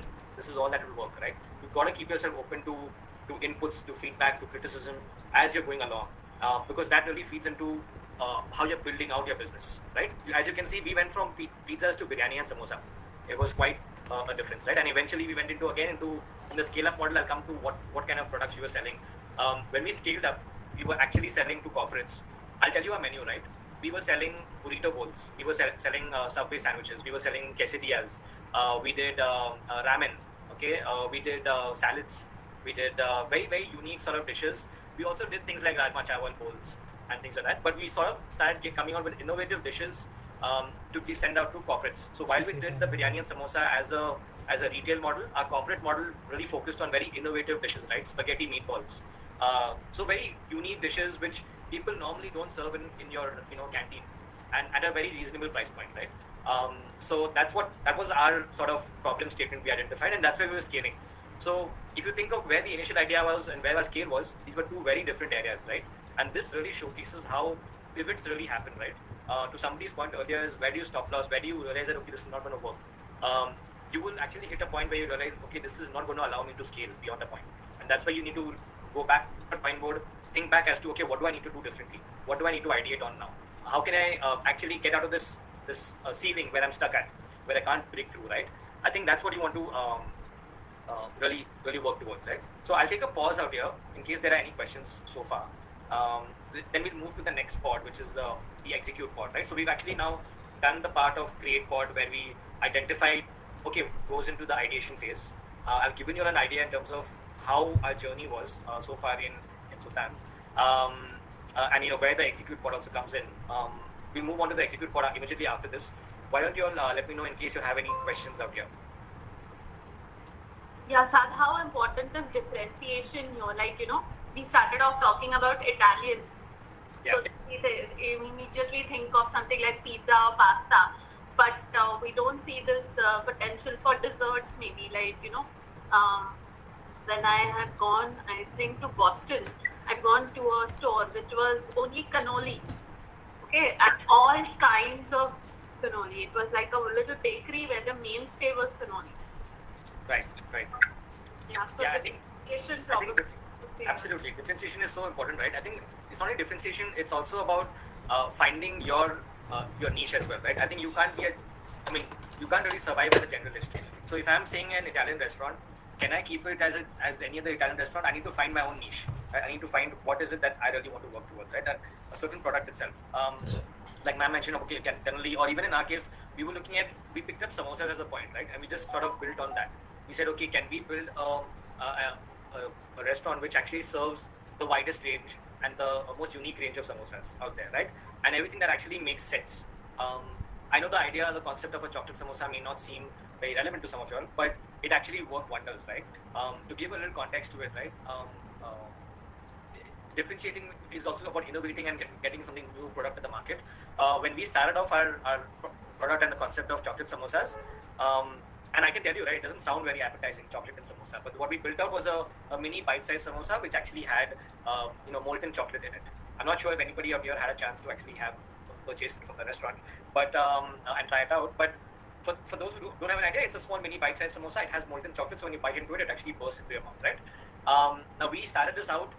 We started selling just before, when we started out our business, it was Ramzan time, right? So in Ramzan, I don't know if most of you all might be aware, in the area of Kausar Bagh or Kondwa, there are a lot of Ramzan stalls which are being put up over there, right? So we actually did put up a stall because we were in the same vicinity. We put up a stall up there, and initially we started sort of giving people the chocolate samosas for free as part of our promotions, right? We started giving these samosas for free, and we said, okay, why don't we try it out? And most of them were reluctant to take it and say, okay, we're not sure how this will work. So to give context to it, the first 2-3 days of our of Ramzan, when we started selling the chocolate samosas, we sold about 10 to 15 samosas in a day. Okay, in an entire evening, we only sold about 10 to 15 samosas.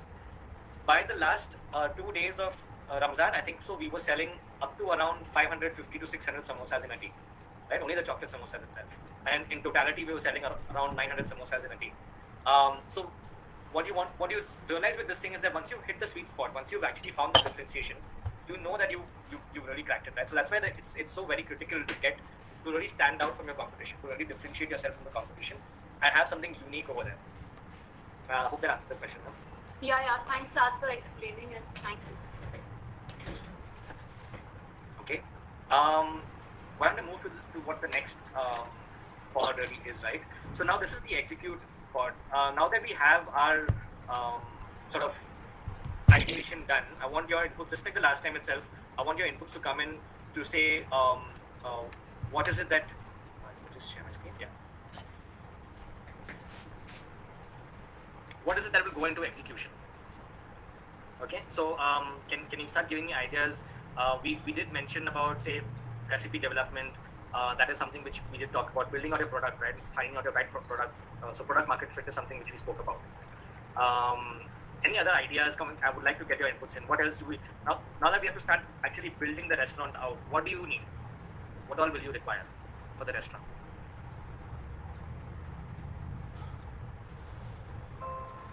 Would you need to register your business? Do you think that is required?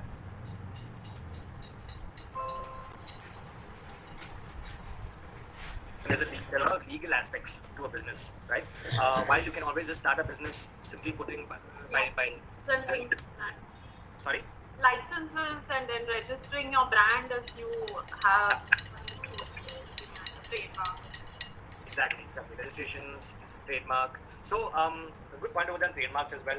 Do you want to go in for a trademark right away? Do you want to do a trademark later? When you're coming out with the name itself, do check whether your name already exists out there in trademarks. There's an entire portal in India itself. You can check up, go and see what patents are already filed, what trademarks are already filed. So at a later point itself, you're not fighting with somebody else for the name, right? Once your business becomes bigger, you're not really fighting for the name. So getting those things checked out early on itself is very crucial. That's a good point. Licensing, right? Correct. I think licensing is absolutely important for a restaurant itself. Okay, the FSSAI license, food license basically. Apart from that, you also require license and provisions from the fire department if you're going to be starting a food business itself.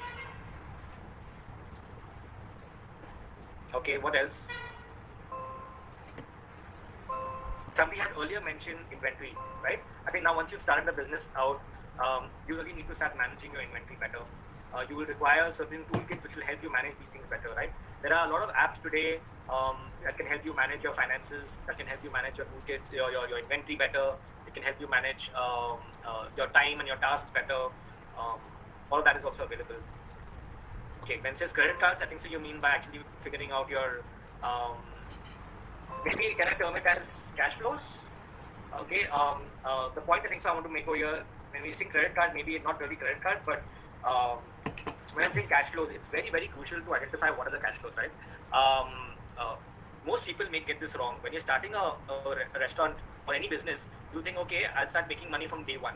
You won't really make money from day one, right? There'll be a gestation period until when you actually start making the money in. And we start breaking even. So that period could be between now and until maybe 6 months, 8 months, 9 months down. To give some perspective, right? When we were dealing with Zomato and Swiggy gives the money 1 week later, right? So if I've made a sale this entire week, I don't get the money in my hand. I'm actually spending out of my pocket in terms of getting all the raw materials in. And then in the following week, I get the money. If I'm scaling it up to the corporate level, companies will say, okay, my minimum time to give you the money is 15 days to 30 days. That means I'm already spending the money on the corporate order, which could be maybe 50,000 rupees on the corporate order. I'm spending that cash already upfront, and I'm getting the money only 15 days later. So I have to have that ability to actually pay that upfront itself, right? So managing your cash flows is so much important, right?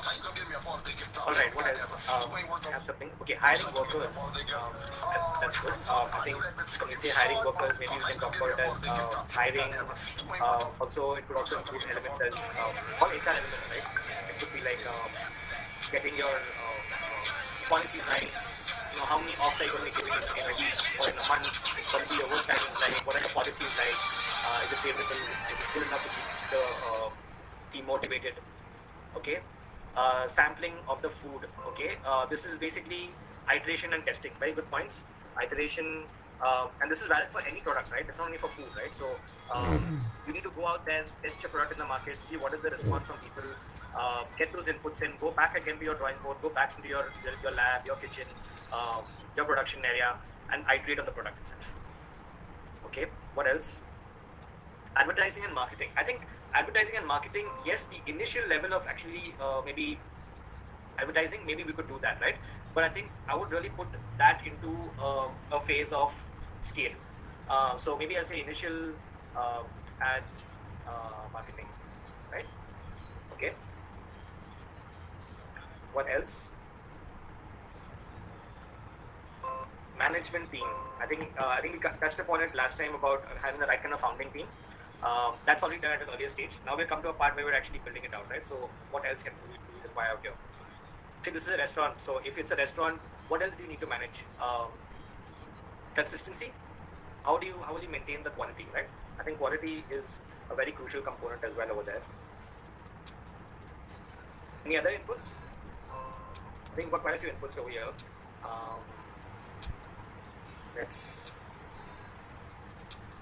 Okay, I will move to the next slide where actually I'll walk you through what inputs I've got for that.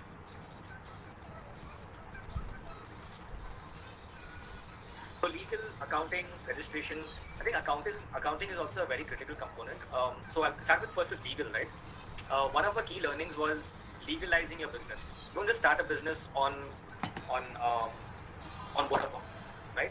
I think one of the biggest issues we had faced initially when we met with a lot of different founders, a lot of business owners. They said that okay, we were a partnership, and when we started out, you have a honeymoon period where you're very excited on building out a product, building out a business, and you're very excited in building it out, and then you don't really talk about okay, who's going to be putting the money into it, who's going to be putting the sweat into it, how much time will go into it.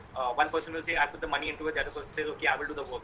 What will be the profit sharing between the two of y'all, or between the three of y'all, or four of y'all? Will it be equal? Will it be differential?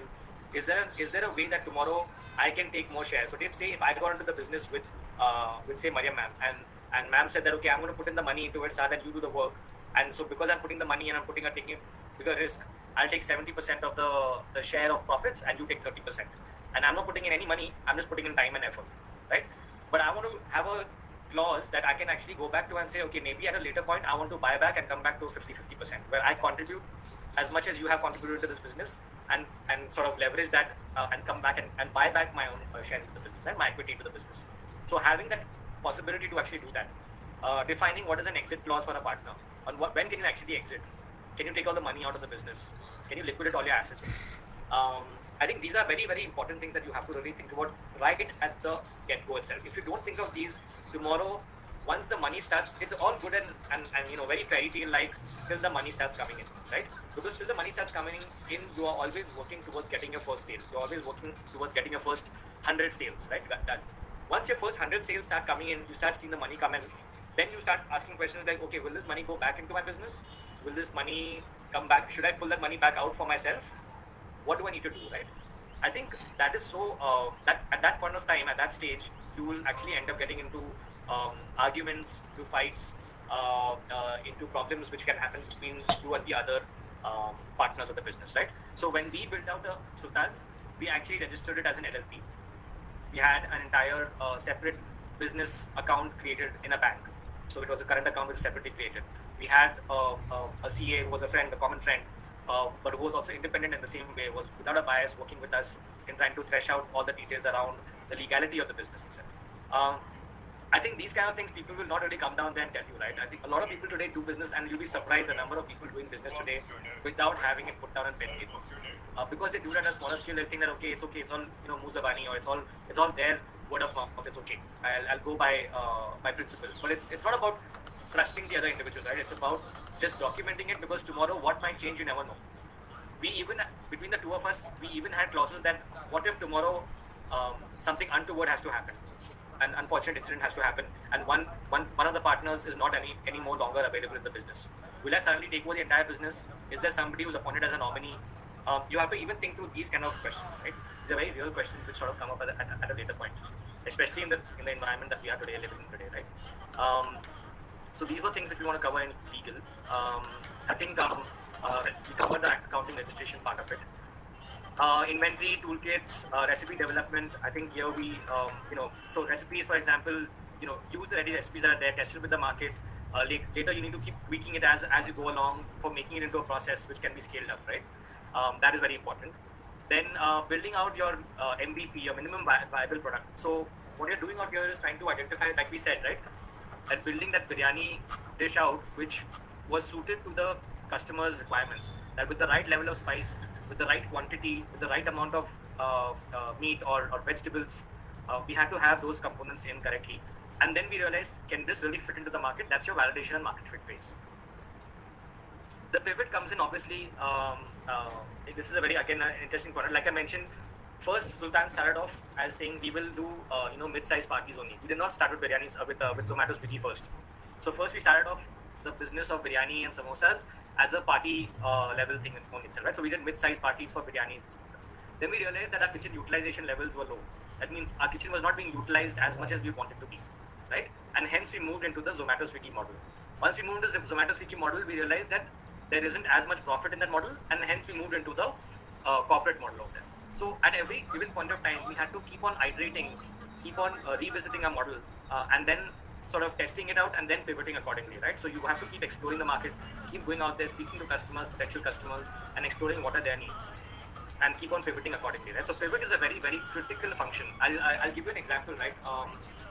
Even during COVID-19, we were working with startups in the Intel startup program, and some of these startups were building solutions, camera-based solutions. So it was a solution which was using the existing CCTV camera to identify whether people in the restaurants are wearing a hairnet or not, are they maintaining hygiene or not, and things like that. What they realized is that another important factor which came in because of COVID was the social distancing part of it. So they used the same cameras in a train station, in a metro station, in airports, to identify whether two people are having a distance between each other, right? So they were able to pivot their model, their business model, according to the situation, and then sell it to a different set of customers. So it's very important to always keep scanning the environment for your changes and how it impacts your market. We spoke about cash flows. We spoke about hiring the right kind of team. Don't need to rush into hiring, right? You want to take a little bit more time in getting the right kind of person in. And if you've got the right person in, then you could still have, it's still possible that you could make mistakes, right? So it still could be possible that some people might actually not hit the nail on the head. If that happens, don't feel sad to lose some of the people and get in the right kind of people, right? So you need to also ensure that you're always hiring the right set of people. You're distancing yourself from the emotional aspect of it and looking at it very logically, right? KPIs are nothing but key performance indicators, right? So for example, for a restaurant, what could be a key performance indicator? Just an example. It's probably your Zomato and Swiggy rating, for example, right? It could be that. That could be one of the performance indicators, that okay, is my delivery service performing well or not? That can be based on the ratings. Today, will you order from a restaurant which has got a rating of 2.2? Maybe not, right? If you have the same dish coming out from a restaurant which has a 2.2 rating, and the same dish from a 4.2 rating restaurant, but is offering it at a very similar price point, maybe 10 rupees, 20 rupees more, you'd rather go for the 4.2 one, right? Because you're more comfortable, confident about ordering from there. So identify what are the key performance indicators for your business and make sure you're sort of tracking them on a regular cadence, right? And then all of this, a very important thing when it comes to, well, at least more specifically, whether it is restaurants or any other businesses, how are you going to be maintaining quality, right? It's also a performance indicator, but yeah, how are you going to maintain quality consistently? The consistency to come in is something which you can build out only by establishing processes, by documenting things, by laying out how you should actually work on, how you should actually processize certain aspects of your business, right? So this sort of covers the execute kind of part, right? Where we're looking at validation, the market fit, iterating a model, reworking it, pivoting it as you need it, looking at aspects like cash flows, hiring, legal aspects, accounting, registrations, maintaining quality, monitoring certain performance indicators, right? These are critical aspects which you look in the execute part. Right. I want to cover one more thing which is actually feeds into your execute pod. And this is not only for your execute pod but also for your daily life, right? Prioritizing your tasks, outcomes is actually very, very crucial and critical. Does anybody over here know what the Eisenhower matrix is? Anybody has heard of the Eisenhower matrix?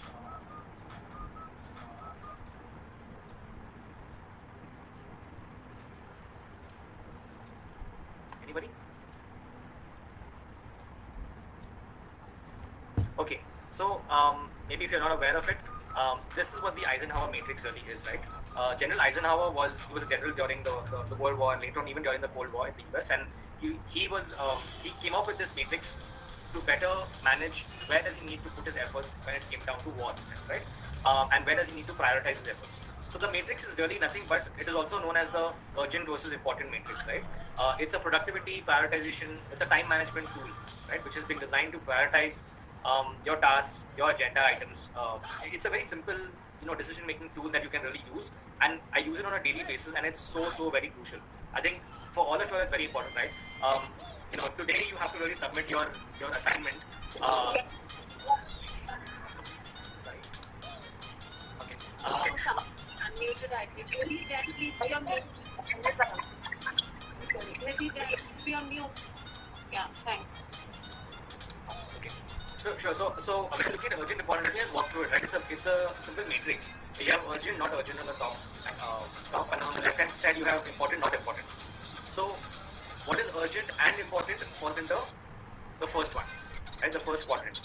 That is something which you really need to do right now. So, for you, what would be an urgent and important thing to like right now? Will we say if you have a assignment to submit by today itself, that's urgent and important. If you don't submit the assignment, you don't get your marks assessment internally. So that's urgent and important. If you've not already done it till now, if you've waited till the last day, then it is urgent and important. The second one, not urgent but important. So you have to actually study for your exams which are coming in 3 weeks from now. It's not very urgent. It's not that it's tomorrow, but it is very important. So make sure you schedule your activities. Make sure you schedule activities in a certain way that you actually work towards meeting the deadline in time, right? You want to identify these items, put them in these 4 buckets, right? So we got through urgent, important, not urgent and important. These 2 buckets are your critical buckets, right? So do it right now or schedule it for later. Because the items that are not urgent but important, you want to spend time on it. You want to give thought to it. Right? When you're doing things urgently, you probably are not giving it as much thought. So always try to move things. Ideally want to have all the things sitting in bucket 2, which is not urgent and important, right? Then the next one is actually urgent and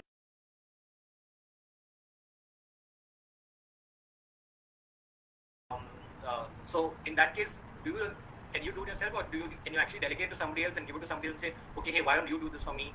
I don't really need to do it right away. So you can do this for me, and maybe I can pick up something else, which is more urgent, right? And then finally, you have not urgent, not important. This is really items that are really not urgent, really not important. Like for example, in the middle of your work itself, you're getting a call from your friend who says, okay, hey, I want to discuss what is our plans for the weekend. And you're in the middle of actually figuring out, studying and stuff, right? You don't want to, it's not really urgent, it's not really important right now. It could be done at night, later at night. You can figure out, you come on to a call later at night and do it, right? But always identify where your critical sort of tasks lie, right? And try to slot them into these 4 buckets. Doing this, and when you're doing this, actually, I would say do it on pen paper, do it for yourself on pen paper or into an Excel sheet, whatever is comfortable for you all. And practice this regularly for at least 1 to 2 months. Later on, it will become natural for you, right? Naturally, you will know what is urgent, what is important, and you will automatically start prioritizing your tasks accordingly. So when you are in that execute pod, when you are actually in the execution phase, you will know, do I need to focus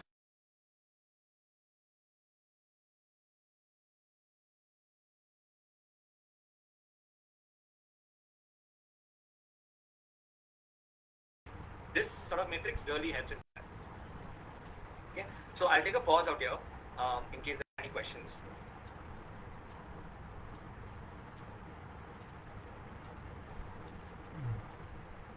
How are we doing on time? We have until 2, right? Yeah. Okay. Yeah. 2 o'clock paper. And also, people, if you have questions or something, please keep asking. Okay. Right. If there are many questions, I'll move to the scale model. I think we're a little limited in time, so I'll sort of push ahead in terms of going through what comes into the scale model, right?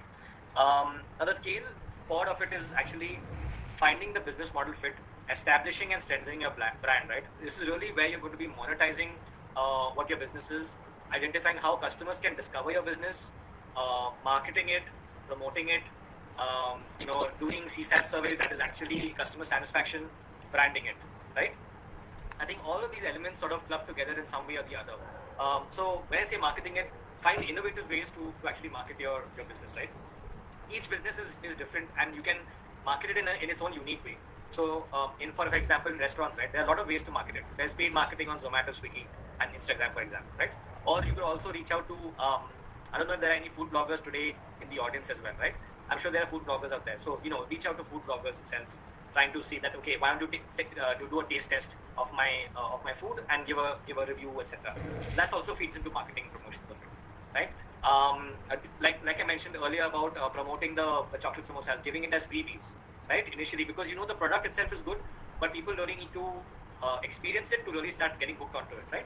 So the marketing over there is investing some more money into actually just giving out freebies at an initial phase and later moving it into something which is a paid model, right?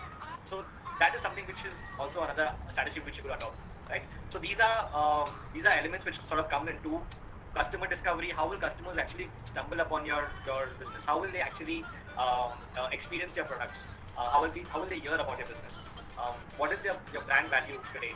Right? Is it really a brand? Do people associate with a certain price point? Today, if you think of Vaishali, do you think of a certain price point? If you think of Starbucks, do you think of a certain price point? There is a branding to it, right? There is an immediate connect and a recall brand value to it. And if I think of Starbucks, okay, yeah, it is expensive coffee that we have versus maybe going into a CCD or maybe going into a local coffee store, right? Or even in your canteen, right? There's a massive difference. It's ultimately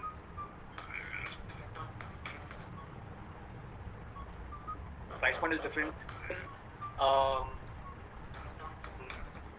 Of even the marketing material, etc. All that is also different, right? So the other component is getting in feedback. When I say feedback, this is not only feedback from your customers. This could be feedback from your suppliers, right?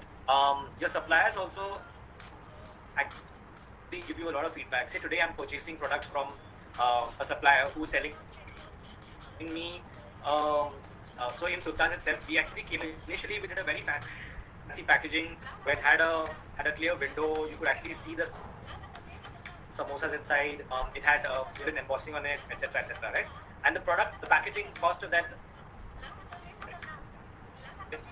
itself was fairly high. As I went along, the suppliers, you can reduce the cost of packaging. At the same time, not reduce the experience significantly. This feedback came in from the supplier itself, right? And then iterates that I was coming up with earlier, right? So feedback coming in from wherever it is coming in, whether it is from friends, whether it is from customers, whether it is from suppliers, whether it is from investors, each feedback needs to be taken in a constructive way and openly, and really see whether it makes sense to implement it, whether you need to react to it. Those are important elements to it, right? Taking in these learnings, really building on it, and then accordingly trying to figure out what is the real business model for me, right? How does my business model really check out? Is there a gap currently in the market where I can actually sell it, right? So for example, ma'am mentioned that, okay, there's only cannoli which is there as a dessert, an Italian restaurant only running that. I'm not sure if you have also heard of this restaurant called the Cheesecake Factory. I'm sure a lot of you must have heard about cheesecakes, right? I must have even tried out cheesecakes. But there's an entire chain which is only built on one single model. That is, they only sell cheesecakes. It's called the Cheesecake Factory, right? Today, there are people who are only selling waffles, and they made it into a big business, right? So, identifying what is a gap today in the market and capitalizing on that gap is very crucial. In your scale-up phase, another very important point is when you want to expand, you may realize that you require investment. You require the money to come in, because initially you will have only so much money that you've probably saved in and that you can put in. You will require some more money to be put into it if you want to really scale and if you really want to expand. If I want to expand from one restaurant to having one outlet to 3 outlets, it means almost 3x the initial investment, right? Or at least 2.5x the initial investment. If I want to expand to different city, it means even more investment. So where is this money going to come from? Is it going to come from friends and family? Is it going to come from an investor? If it's going to come from an investor, who's this investor going to be, right? I'm sure people must have watched Shark Tank. Have you all seen Shark Tank on TV? Where people are coming there, pitching their product and their startup to a panel of investors. Now there is some drama in that show, but drama being aside, it's really very similar to what really happens out there, right? It is very at the right kind of stage. If you have the right kind of business plan ready, there are investors that are keen to hear you out, that are keen to invest in your business. What you need to identify is, how do you really pitch to the investors in the right way? What should you include in your pitch? There is enough and a lot of material out there in terms of what should be included in your pitch. What do investors want to hear? What questions will they ask, right? They always typically want to know what is your business model? How are you scaling your business? What can be the returns from the business from the next 3 years, right? Who are your key customers? These are the kind of questions which investors will really ask you, right? So you want to have those kind of answers in place. The next thing which I would like to touch upon is in conjugation with, say, product gap analysis, right, is diversification. So, for example, I'll give you an example of diversification, right? In the samosas model that we had, we hit a point where we realized we are also diversified into corporates. We were doing, while we were doing curated menus over there, we realized we wanted to diversify the business itself, the samosas itself, right? And we realized there is a lot of scope for frozen samosas. and that seemed to be an entire market out there available for us to pick on. So frozen samosas, which can be taken at home and fried at your own convenience, because everybody doesn't want to buy a dozen samosas in one shot, right? They want to fry the samosas at their own pace whenever the sort of guests come in that time. So that was a model that we started actually chasing. We built our entire product. We started understanding what are the requirements over there. It's a whole different ball game if you want to go into frozen samosas model, right? Because then your certifications come in over there. You have a lot more regulations in place. There are retailers who will take a different cut from you. There is shelf life which comes into the picture. So it really means going back to your entire ideation phase, right? But diversification is an important part in scaling. That is an important element in scaling your business. Then comes in streamlining your processes. I mentioned this earlier. How do you maintain quality, right? You'll be surprised today how many restaurants today actually run out there which actually have a recipe in pen paper or in an Excel fit-in, right? Most of them are actually built over time. They already have a handed down recipe. They know exactly what the portions are. But to maintain that quality, ensuring the exact quality is coming in, documenting it, getting it exactly right is so critical. That okay, I will put X grams of this, Y grams of this, X kilos of this, Y kilos of this, and this is the kind of product that will come out at the end of it, right? I think that documentation is so critical because that helps you do the costing, that helps you understand what will be the process, what comes first, what comes next.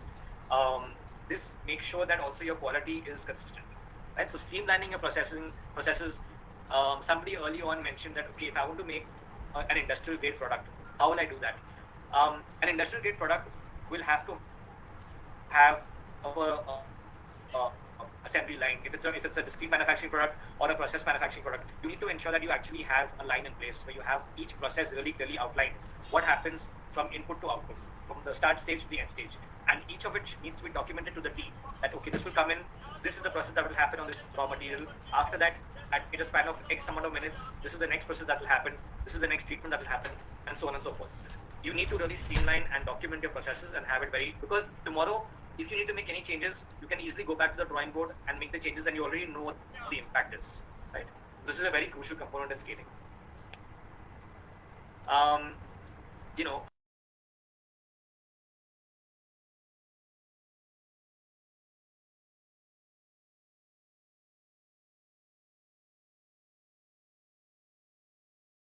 We had our chefs over there. So just to give you perspective, initially we were the ones cooking ourselves, right? Later we got people, we hired people, and we trained them. But we had to retrain them from time to time to make sure that the quality is being controlled, because the person had a tendency to maybe change the recipe a little bit. Instead of putting X grams of, instead of putting X amount of chili powder, he put Y amount of chili powder, right? It changes the entire flavor profile will change, entire output will change. And we didn't want to give that chain experience to the customers. So retraining the employees at different points of time is also very critical. Identifying what are your key risks today, and how can you mitigate these risks, right? For example, COVID-19 is something which we didn't plan for at all. I'll be very upfront and honest about it. It's not something which we could foresee. We had thought through so many risks, like okay, what if somebody untoward happens to some of our partners? What if the shop burns down? Do you have fire insurance? What if our equipment runs out? We had a large deep freezer. We had burners. What if the burners stop working suddenly one fine day? What if the deep freezer gives out? How do we operate them? Shivam Choksi, please, you've been unmuted. Yeah. Okay. Go ahead. Sorry. Right. So we didn't foresee COVID-19, right? I think what was the issue there was that we started banking on our entire model to be in corporate. And the first thing that got hit was corporate. And we knew that at that stage, companies are not going to open up in terms of canteens, in terms of lunch, etc., anywhere in the near foreseeable 6 months, 1 year to 1.5 years, right? At least at that point, the chances of that happening was very, very peak. And hence, at that point of time, to answer that person's question on stop loss, while we had pivoted multiple times to arrive to this point, this is a point of time where we arrived at this stage and said, okay, we are at a point where we can't pivot back into Zomato Swiggy model because that wasn't really checking out for us. Our main model where we were making money and where we found the sweet spot was in the mid-sized corporates. And that really didn't check out. And at that point of time, we realized that it made more sense to pull out the business at that point of time, document all our learnings, and keep it ready to re-enter at a later point of time, right? So that's why we took the decision to put the shutters down to the business. But that being said, now that we know that, okay, something like a pandemic can actually affect you, can you plan for that? Can you plan for these risks going forward, right? This is something which you really need to keep in mind. Okay, so that really brings me down to what were some of the learnings. So I'll take a pause out here in case any questions around the scale pod itself before we sort of move to the key learnings itself. I'll highlight the learnings there.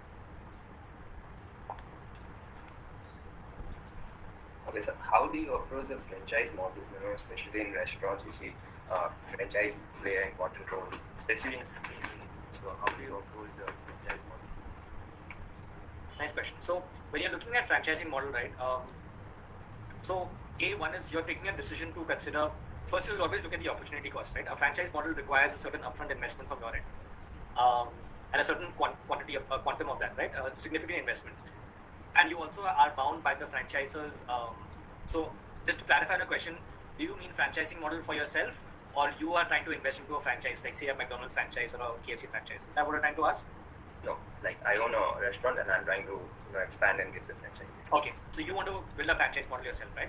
Okay, so in that case, I think what you're trying to do is multiple things. That one is your restaurant at a point in time, at a stage where you already have these processes? One point that I stressed upon is streamlining processes. So are your recipes in place? Are your designs, packaging in place?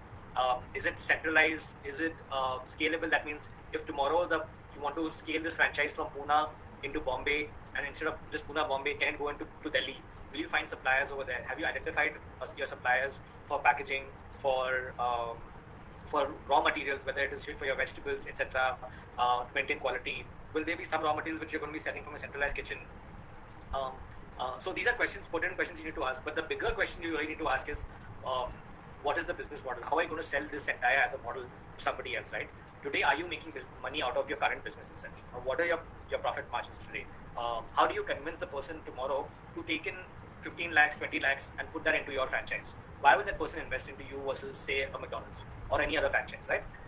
If you're trying to convince them on that, you're trying to show them the opportunity cost. You're trying to show them why is it that they need to invest into you? Why is your model built out for scale better? Why do you have better margins?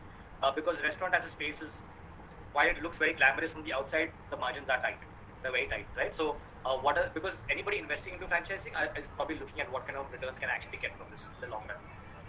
When can I start getting all my investment back and start actually turning that into profits on my investment, right? Can I actually create it into an entire templatized model that can be taken, right?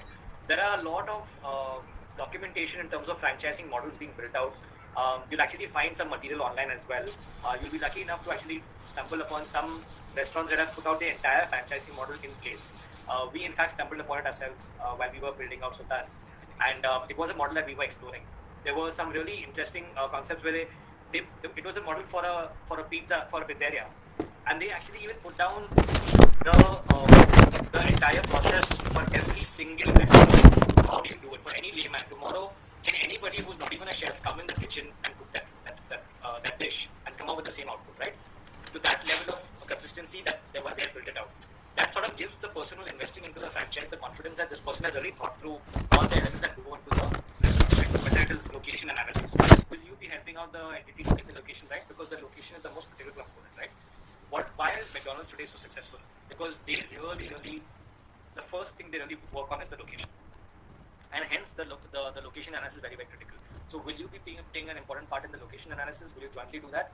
And then later on, to what extent are you going to be giving them liberty in building out their products? How long will the franchisee be associated with you? When can they exit the franchise? Right? What will the royalty be? Like typically, these are a lot of questions that you need to sort of answer. There are frameworks for franchising models, and you should be able to find that available online and build up that. Thank you so much.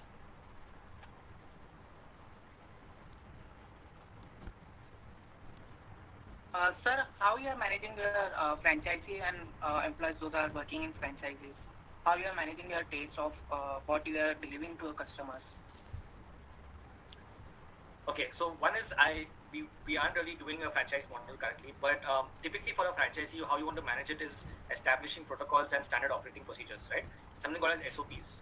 So your standard operating procedures is something which you need to establish very critically for any kind of business, right? Whether it is for yourself or for a franchise.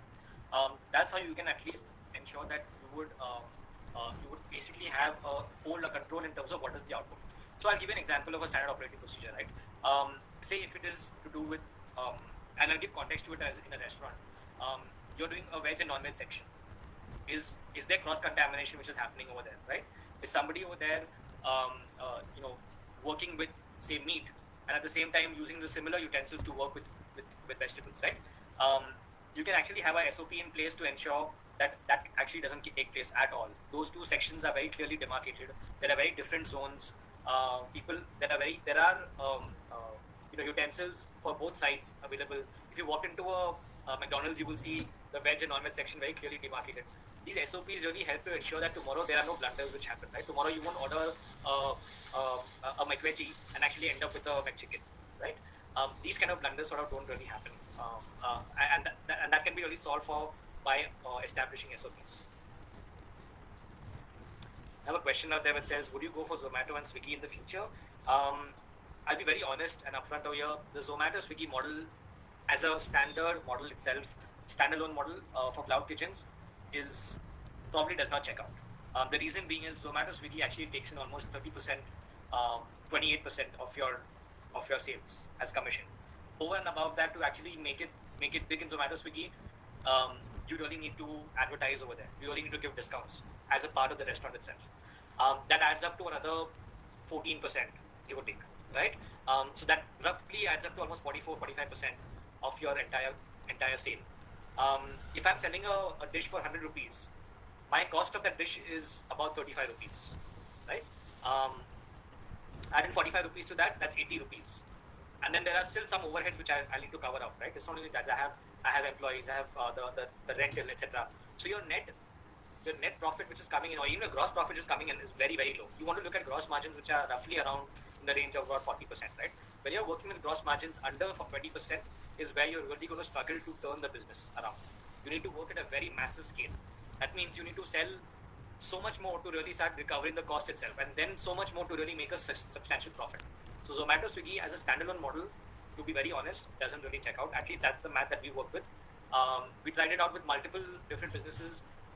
There are cloud kitchens today, the likes of even, you must have heard of Rebel Foods, right? Rebel Foods is your Fasos, Beru's Biryani. They're the same outlet which does multiple brands. Sweet Truth, I think Oven Story. They're all the same company, but they've established multiple brands selling out of the same kitchen. Why are they doing that? Because it's not sustainable.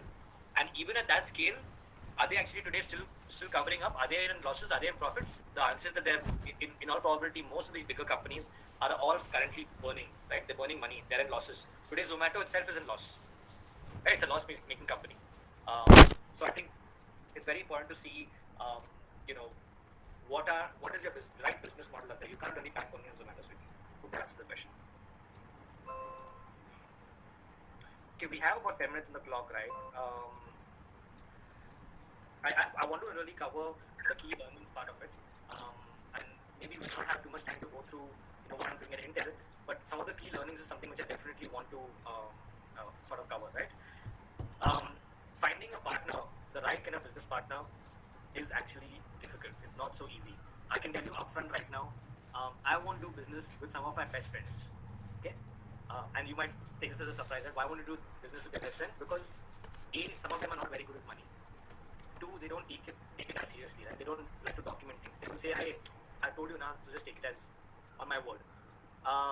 Three is, they may not have the same kind of energy that you bring to the table.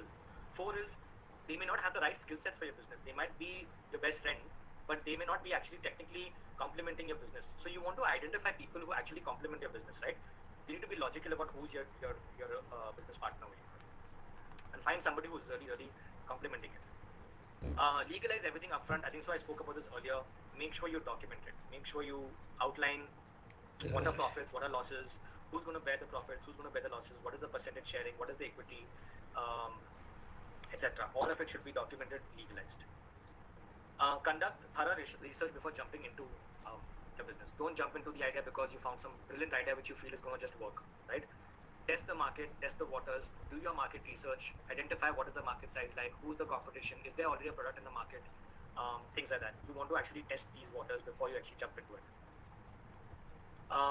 identify that there is a credible need, that there is a problem statement. So for us, for example, we realized that there is a problem statement that mid-sized corporates that were having canteens and kitchens, and they were serving, lunch for their employees, were suffering from choice paralysis. That means they did not have sufficient choice in terms of the dishes that they could serve their employees, and that was one of their key problems that they were facing. What we brought to the table was a variety of dishes, and that was the problem statement that we were solving. So you need to identify what is the need, the problem statement, who's going to be the customer for this, and who's going to be willing, and what are they willing to pay for this piece, right? I think it's very, very important on this. Hiring the right team, finding the complementing capabilities, I think we spoke about this, but the next point is very, very crucial. I can tell you this multiple times, and I can't stress this enough. Do not fall in love with your product, okay? It's a common mistake which we all do and say, okay, my product is the best in the market. If your product is the best in the market, great, wonderful. But is it something which people are willing to pay at that price point? If you can't find the right kind of customers for your product, it doesn't matter how good your product is. You can spend 1 year, 2 years, 3 years perfecting a product, but tomorrow, at the end of the day, if there's no market for it, there's no point in spending so much time on building it. So always remember, spend enough time to come up with the right kind of product concept and start testing it out in the market. Validate it quickly, get feedback from the market, iterate, and go back to the market. Don't spend time and time to perfect the product to the T. Get it to a point, get it to a stage where you feel is ready to go and test waters, then start iterating on it. Right, another important point, I'm not a sales guy, I can tell you upfront, right? Not that I'm wired to be a sales guy at least upfront, but one thing I've learned being part of the restaurant, or being part of a business, is that at every stage and every single point of time, you need to be a salesperson. You're always selling your restaurant. You never know who tomorrow could be a potential investor who you interact with, who tomorrow could be a potential large customer for you, who tomorrow could be a very crucial supplier to you. So you're always selling your business. You're always focusing on becoming a really good salesperson. You're always trying to figure out what is my elevator pitch? How can I pitch my business to somebody in 30 seconds and sell it to them, right? Monitor your cash flows very carefully, right? Finances can be very, very a critical aspect. Some people will say, I'm not really monitoring the 2 rupees and 5 rupees and 7 rupees, but I'm telling you, you cannot be lenient, right, in your approach. Your 1 rupee, 2 rupees, 5 rupees, 10 rupees, all of it really, really matters, really counts. It's not about counting the one pennywise being pennywise pound, but it's really about ensuring you document all of it, ensuring you're factoring in all of it, so you know where each of the penny adds up to, right? You know where your money is going, where you're bleeding, where you're spending correctly, where you're not spending correctly. I think it's so very, very important to identify what are your cash flows really, right? And monitor your finances very closely. Be open to feedback and criticism. This is a point for especially those people who are highly opinionated, right? It's great to have an opinion. It's great to say, okay, this is how I want to do it. This is my way or the highway. It's good to have a strong opinion, but it's even better to be open to feedback and be ready to change that opinion in case you feel logically it doesn't make sense, right? So always use logic, counter yourself, counter your own opinion and see, okay, does it really make sense to go ahead with this? If somebody's giving you feedback, consider it, take in that constructively and work on it. Marketing, branding, these are very critical components in actually your visibility of your business. I think we spoke about this earlier as well. And we also spoke about streamlining, documenting your processes, which is very, very critical of scale. One important point over here I want to also outline is do not fear to think big, like really, really big, right? When we started out initially the business, we only thought about Pune scale. We didn't even think of scale beyond Pune, right?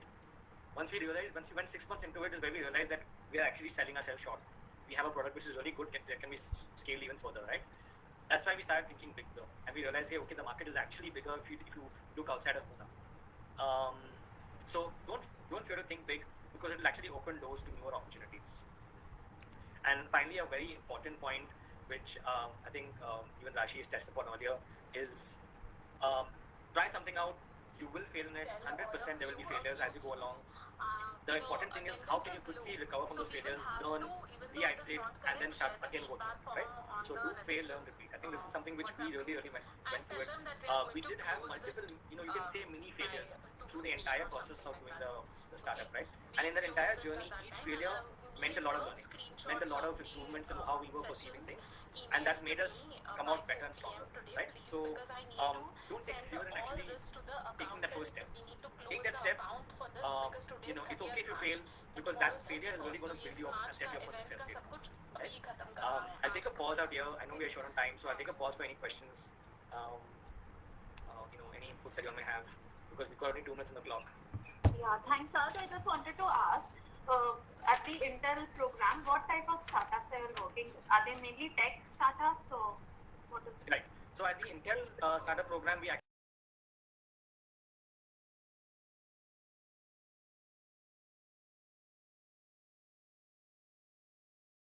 they could be in multiple spaces, like industrial space, within governance.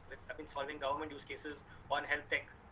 So these are startups that are using technologies like AI, IoT, vision, computer vision, blockchain, these kind of technologies to actually build out solutions that are solving problems within industrial division, within healthcare, etc. So for example, a startup which is able to use imaging to actually give you a report of what a chest X-ray is really depicting, right? Within minutes, within a matter of minutes, it will diagnose and give you the diagnosis within a matter of minutes about whether the person has COVID or any other diseases like TB, etc. Right? So this is just one example of a startup. Or another one is something like a robotic startup, which is building robotics for warehousing. So the entire warehouse today, like a Flipkart, Amazon, they have massive warehouses, right? How they today have people walking around and actually managing those warehouses. Instead, you can actually build it to an entire robotics warehouse, and you don't require as much space, and everything becomes streamlined. That way, you're optimizing the space. That way, you're actually working much more faster, and robots work throughout, right? Because you have robots who are working throughout. The downtime is almost zero. So, this is just another example of another startup we're working with. So we have multiple startups that we work with, but most of them are tech-enabled startups. Thanks, sir. Thanks. Any questions from anyone? Okay, the feedback form link has been posted in the chat box. Please do fill it up, because that's important for us to know your feedback. Yeah, meanwhile, anyone who has any questions, Sad will take those questions. Yeah, I'm sorry I didn't get time to go through the typical startup journey, etc. within the Intel startup program. But yeah, just to touch upon, we do help out startups in a lot of ways in terms of giving them access to Intel technologies, business mentorship, helping startups with connecting with right kind of investors, giving them marketing support, technology mentorship. So marketing support, for example, we build out marketing collateral such as this. These are joint collaterals. So this is a startup which actually works with AI-powered video analytics, right? So they identify if the person has headgear or not, mask or not, gloves or not, etc. It's working in the especially in the food and beverage domain, and so we build these things out. Right. I think I will move through the learning thing, and yeah, any questions I'm happy to answer. So, Saad, where is Sultan's right now? I mean, is it operational, or are you planning to revive it, or what is it? Where does it stand? Right. So today, Sultan's is right now in, I would say, in hibernation. Currently, we have actually wrapped it up for now in terms of actuals, and we've documented everything. We've sort of figured out what our business model is, and we've sort of kept it aside, parked it aside to reopen it at a later point of time. We have a certain timeline in place and a location in place.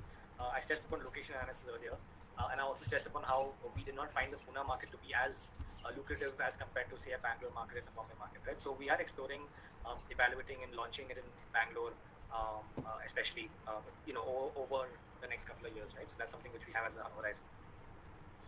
Okay, thanks. Somebody's asked a question about digital marketing in the chat box. Yeah, I think it's definitely important in today's day and age.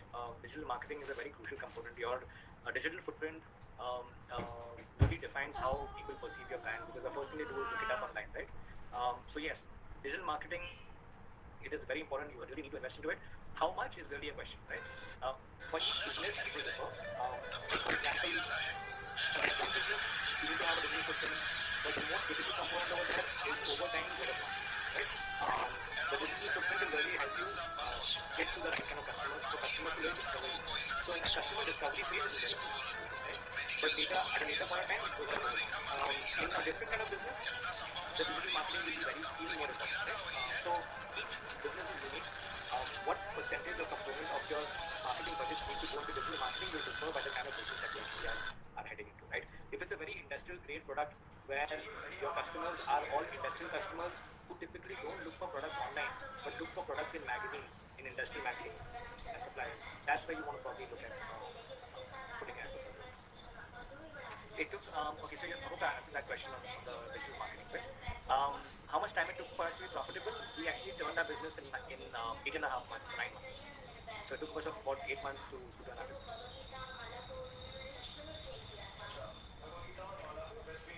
After 8 months, we started seeing profits and we started reinvesting those profits back into the business.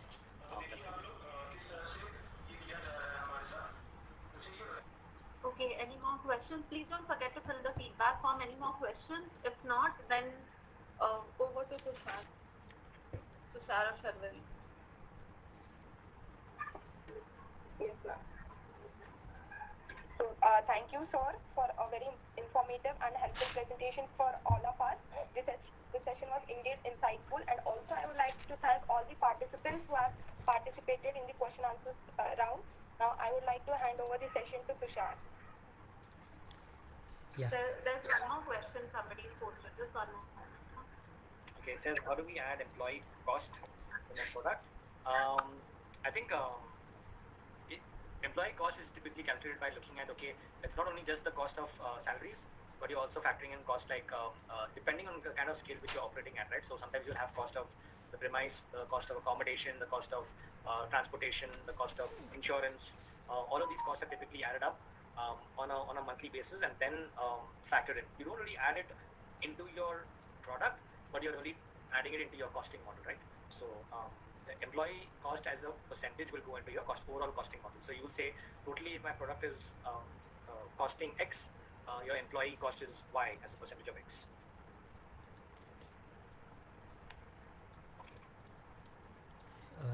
Participants, any other doubts?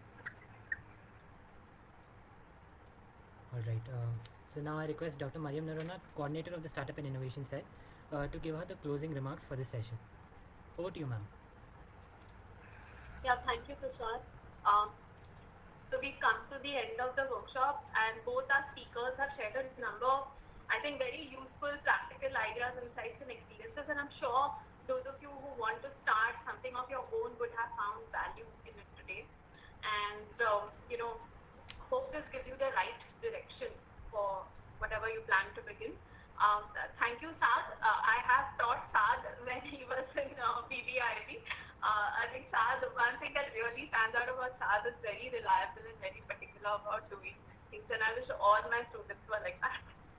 Okay, all right, everyone. Thank you all once again, and over to Tushar and Sharvari for the rest. Thanks, ma'am. It's a pleasure to be here and speak to the students. All right. Thank you, Mariam ma'am, and thank you, Saad. Now, I would like to extend my gratitude to the speakers and attendants who made time for this particular session today. Your participation and willingness made this event a complete success. Thanks to all the students and the members of the college and core level committee members whose tireless efforts made this event a possibility. Stay safe, take care, and have a nice afternoon and evening. I now declare the session closed. This is Tushar Gopalakrishnan signing off on behalf of the Startup and Innovation Cell, Neswaria College of Commerce. Thank you very much. Thank you. Thanks everyone.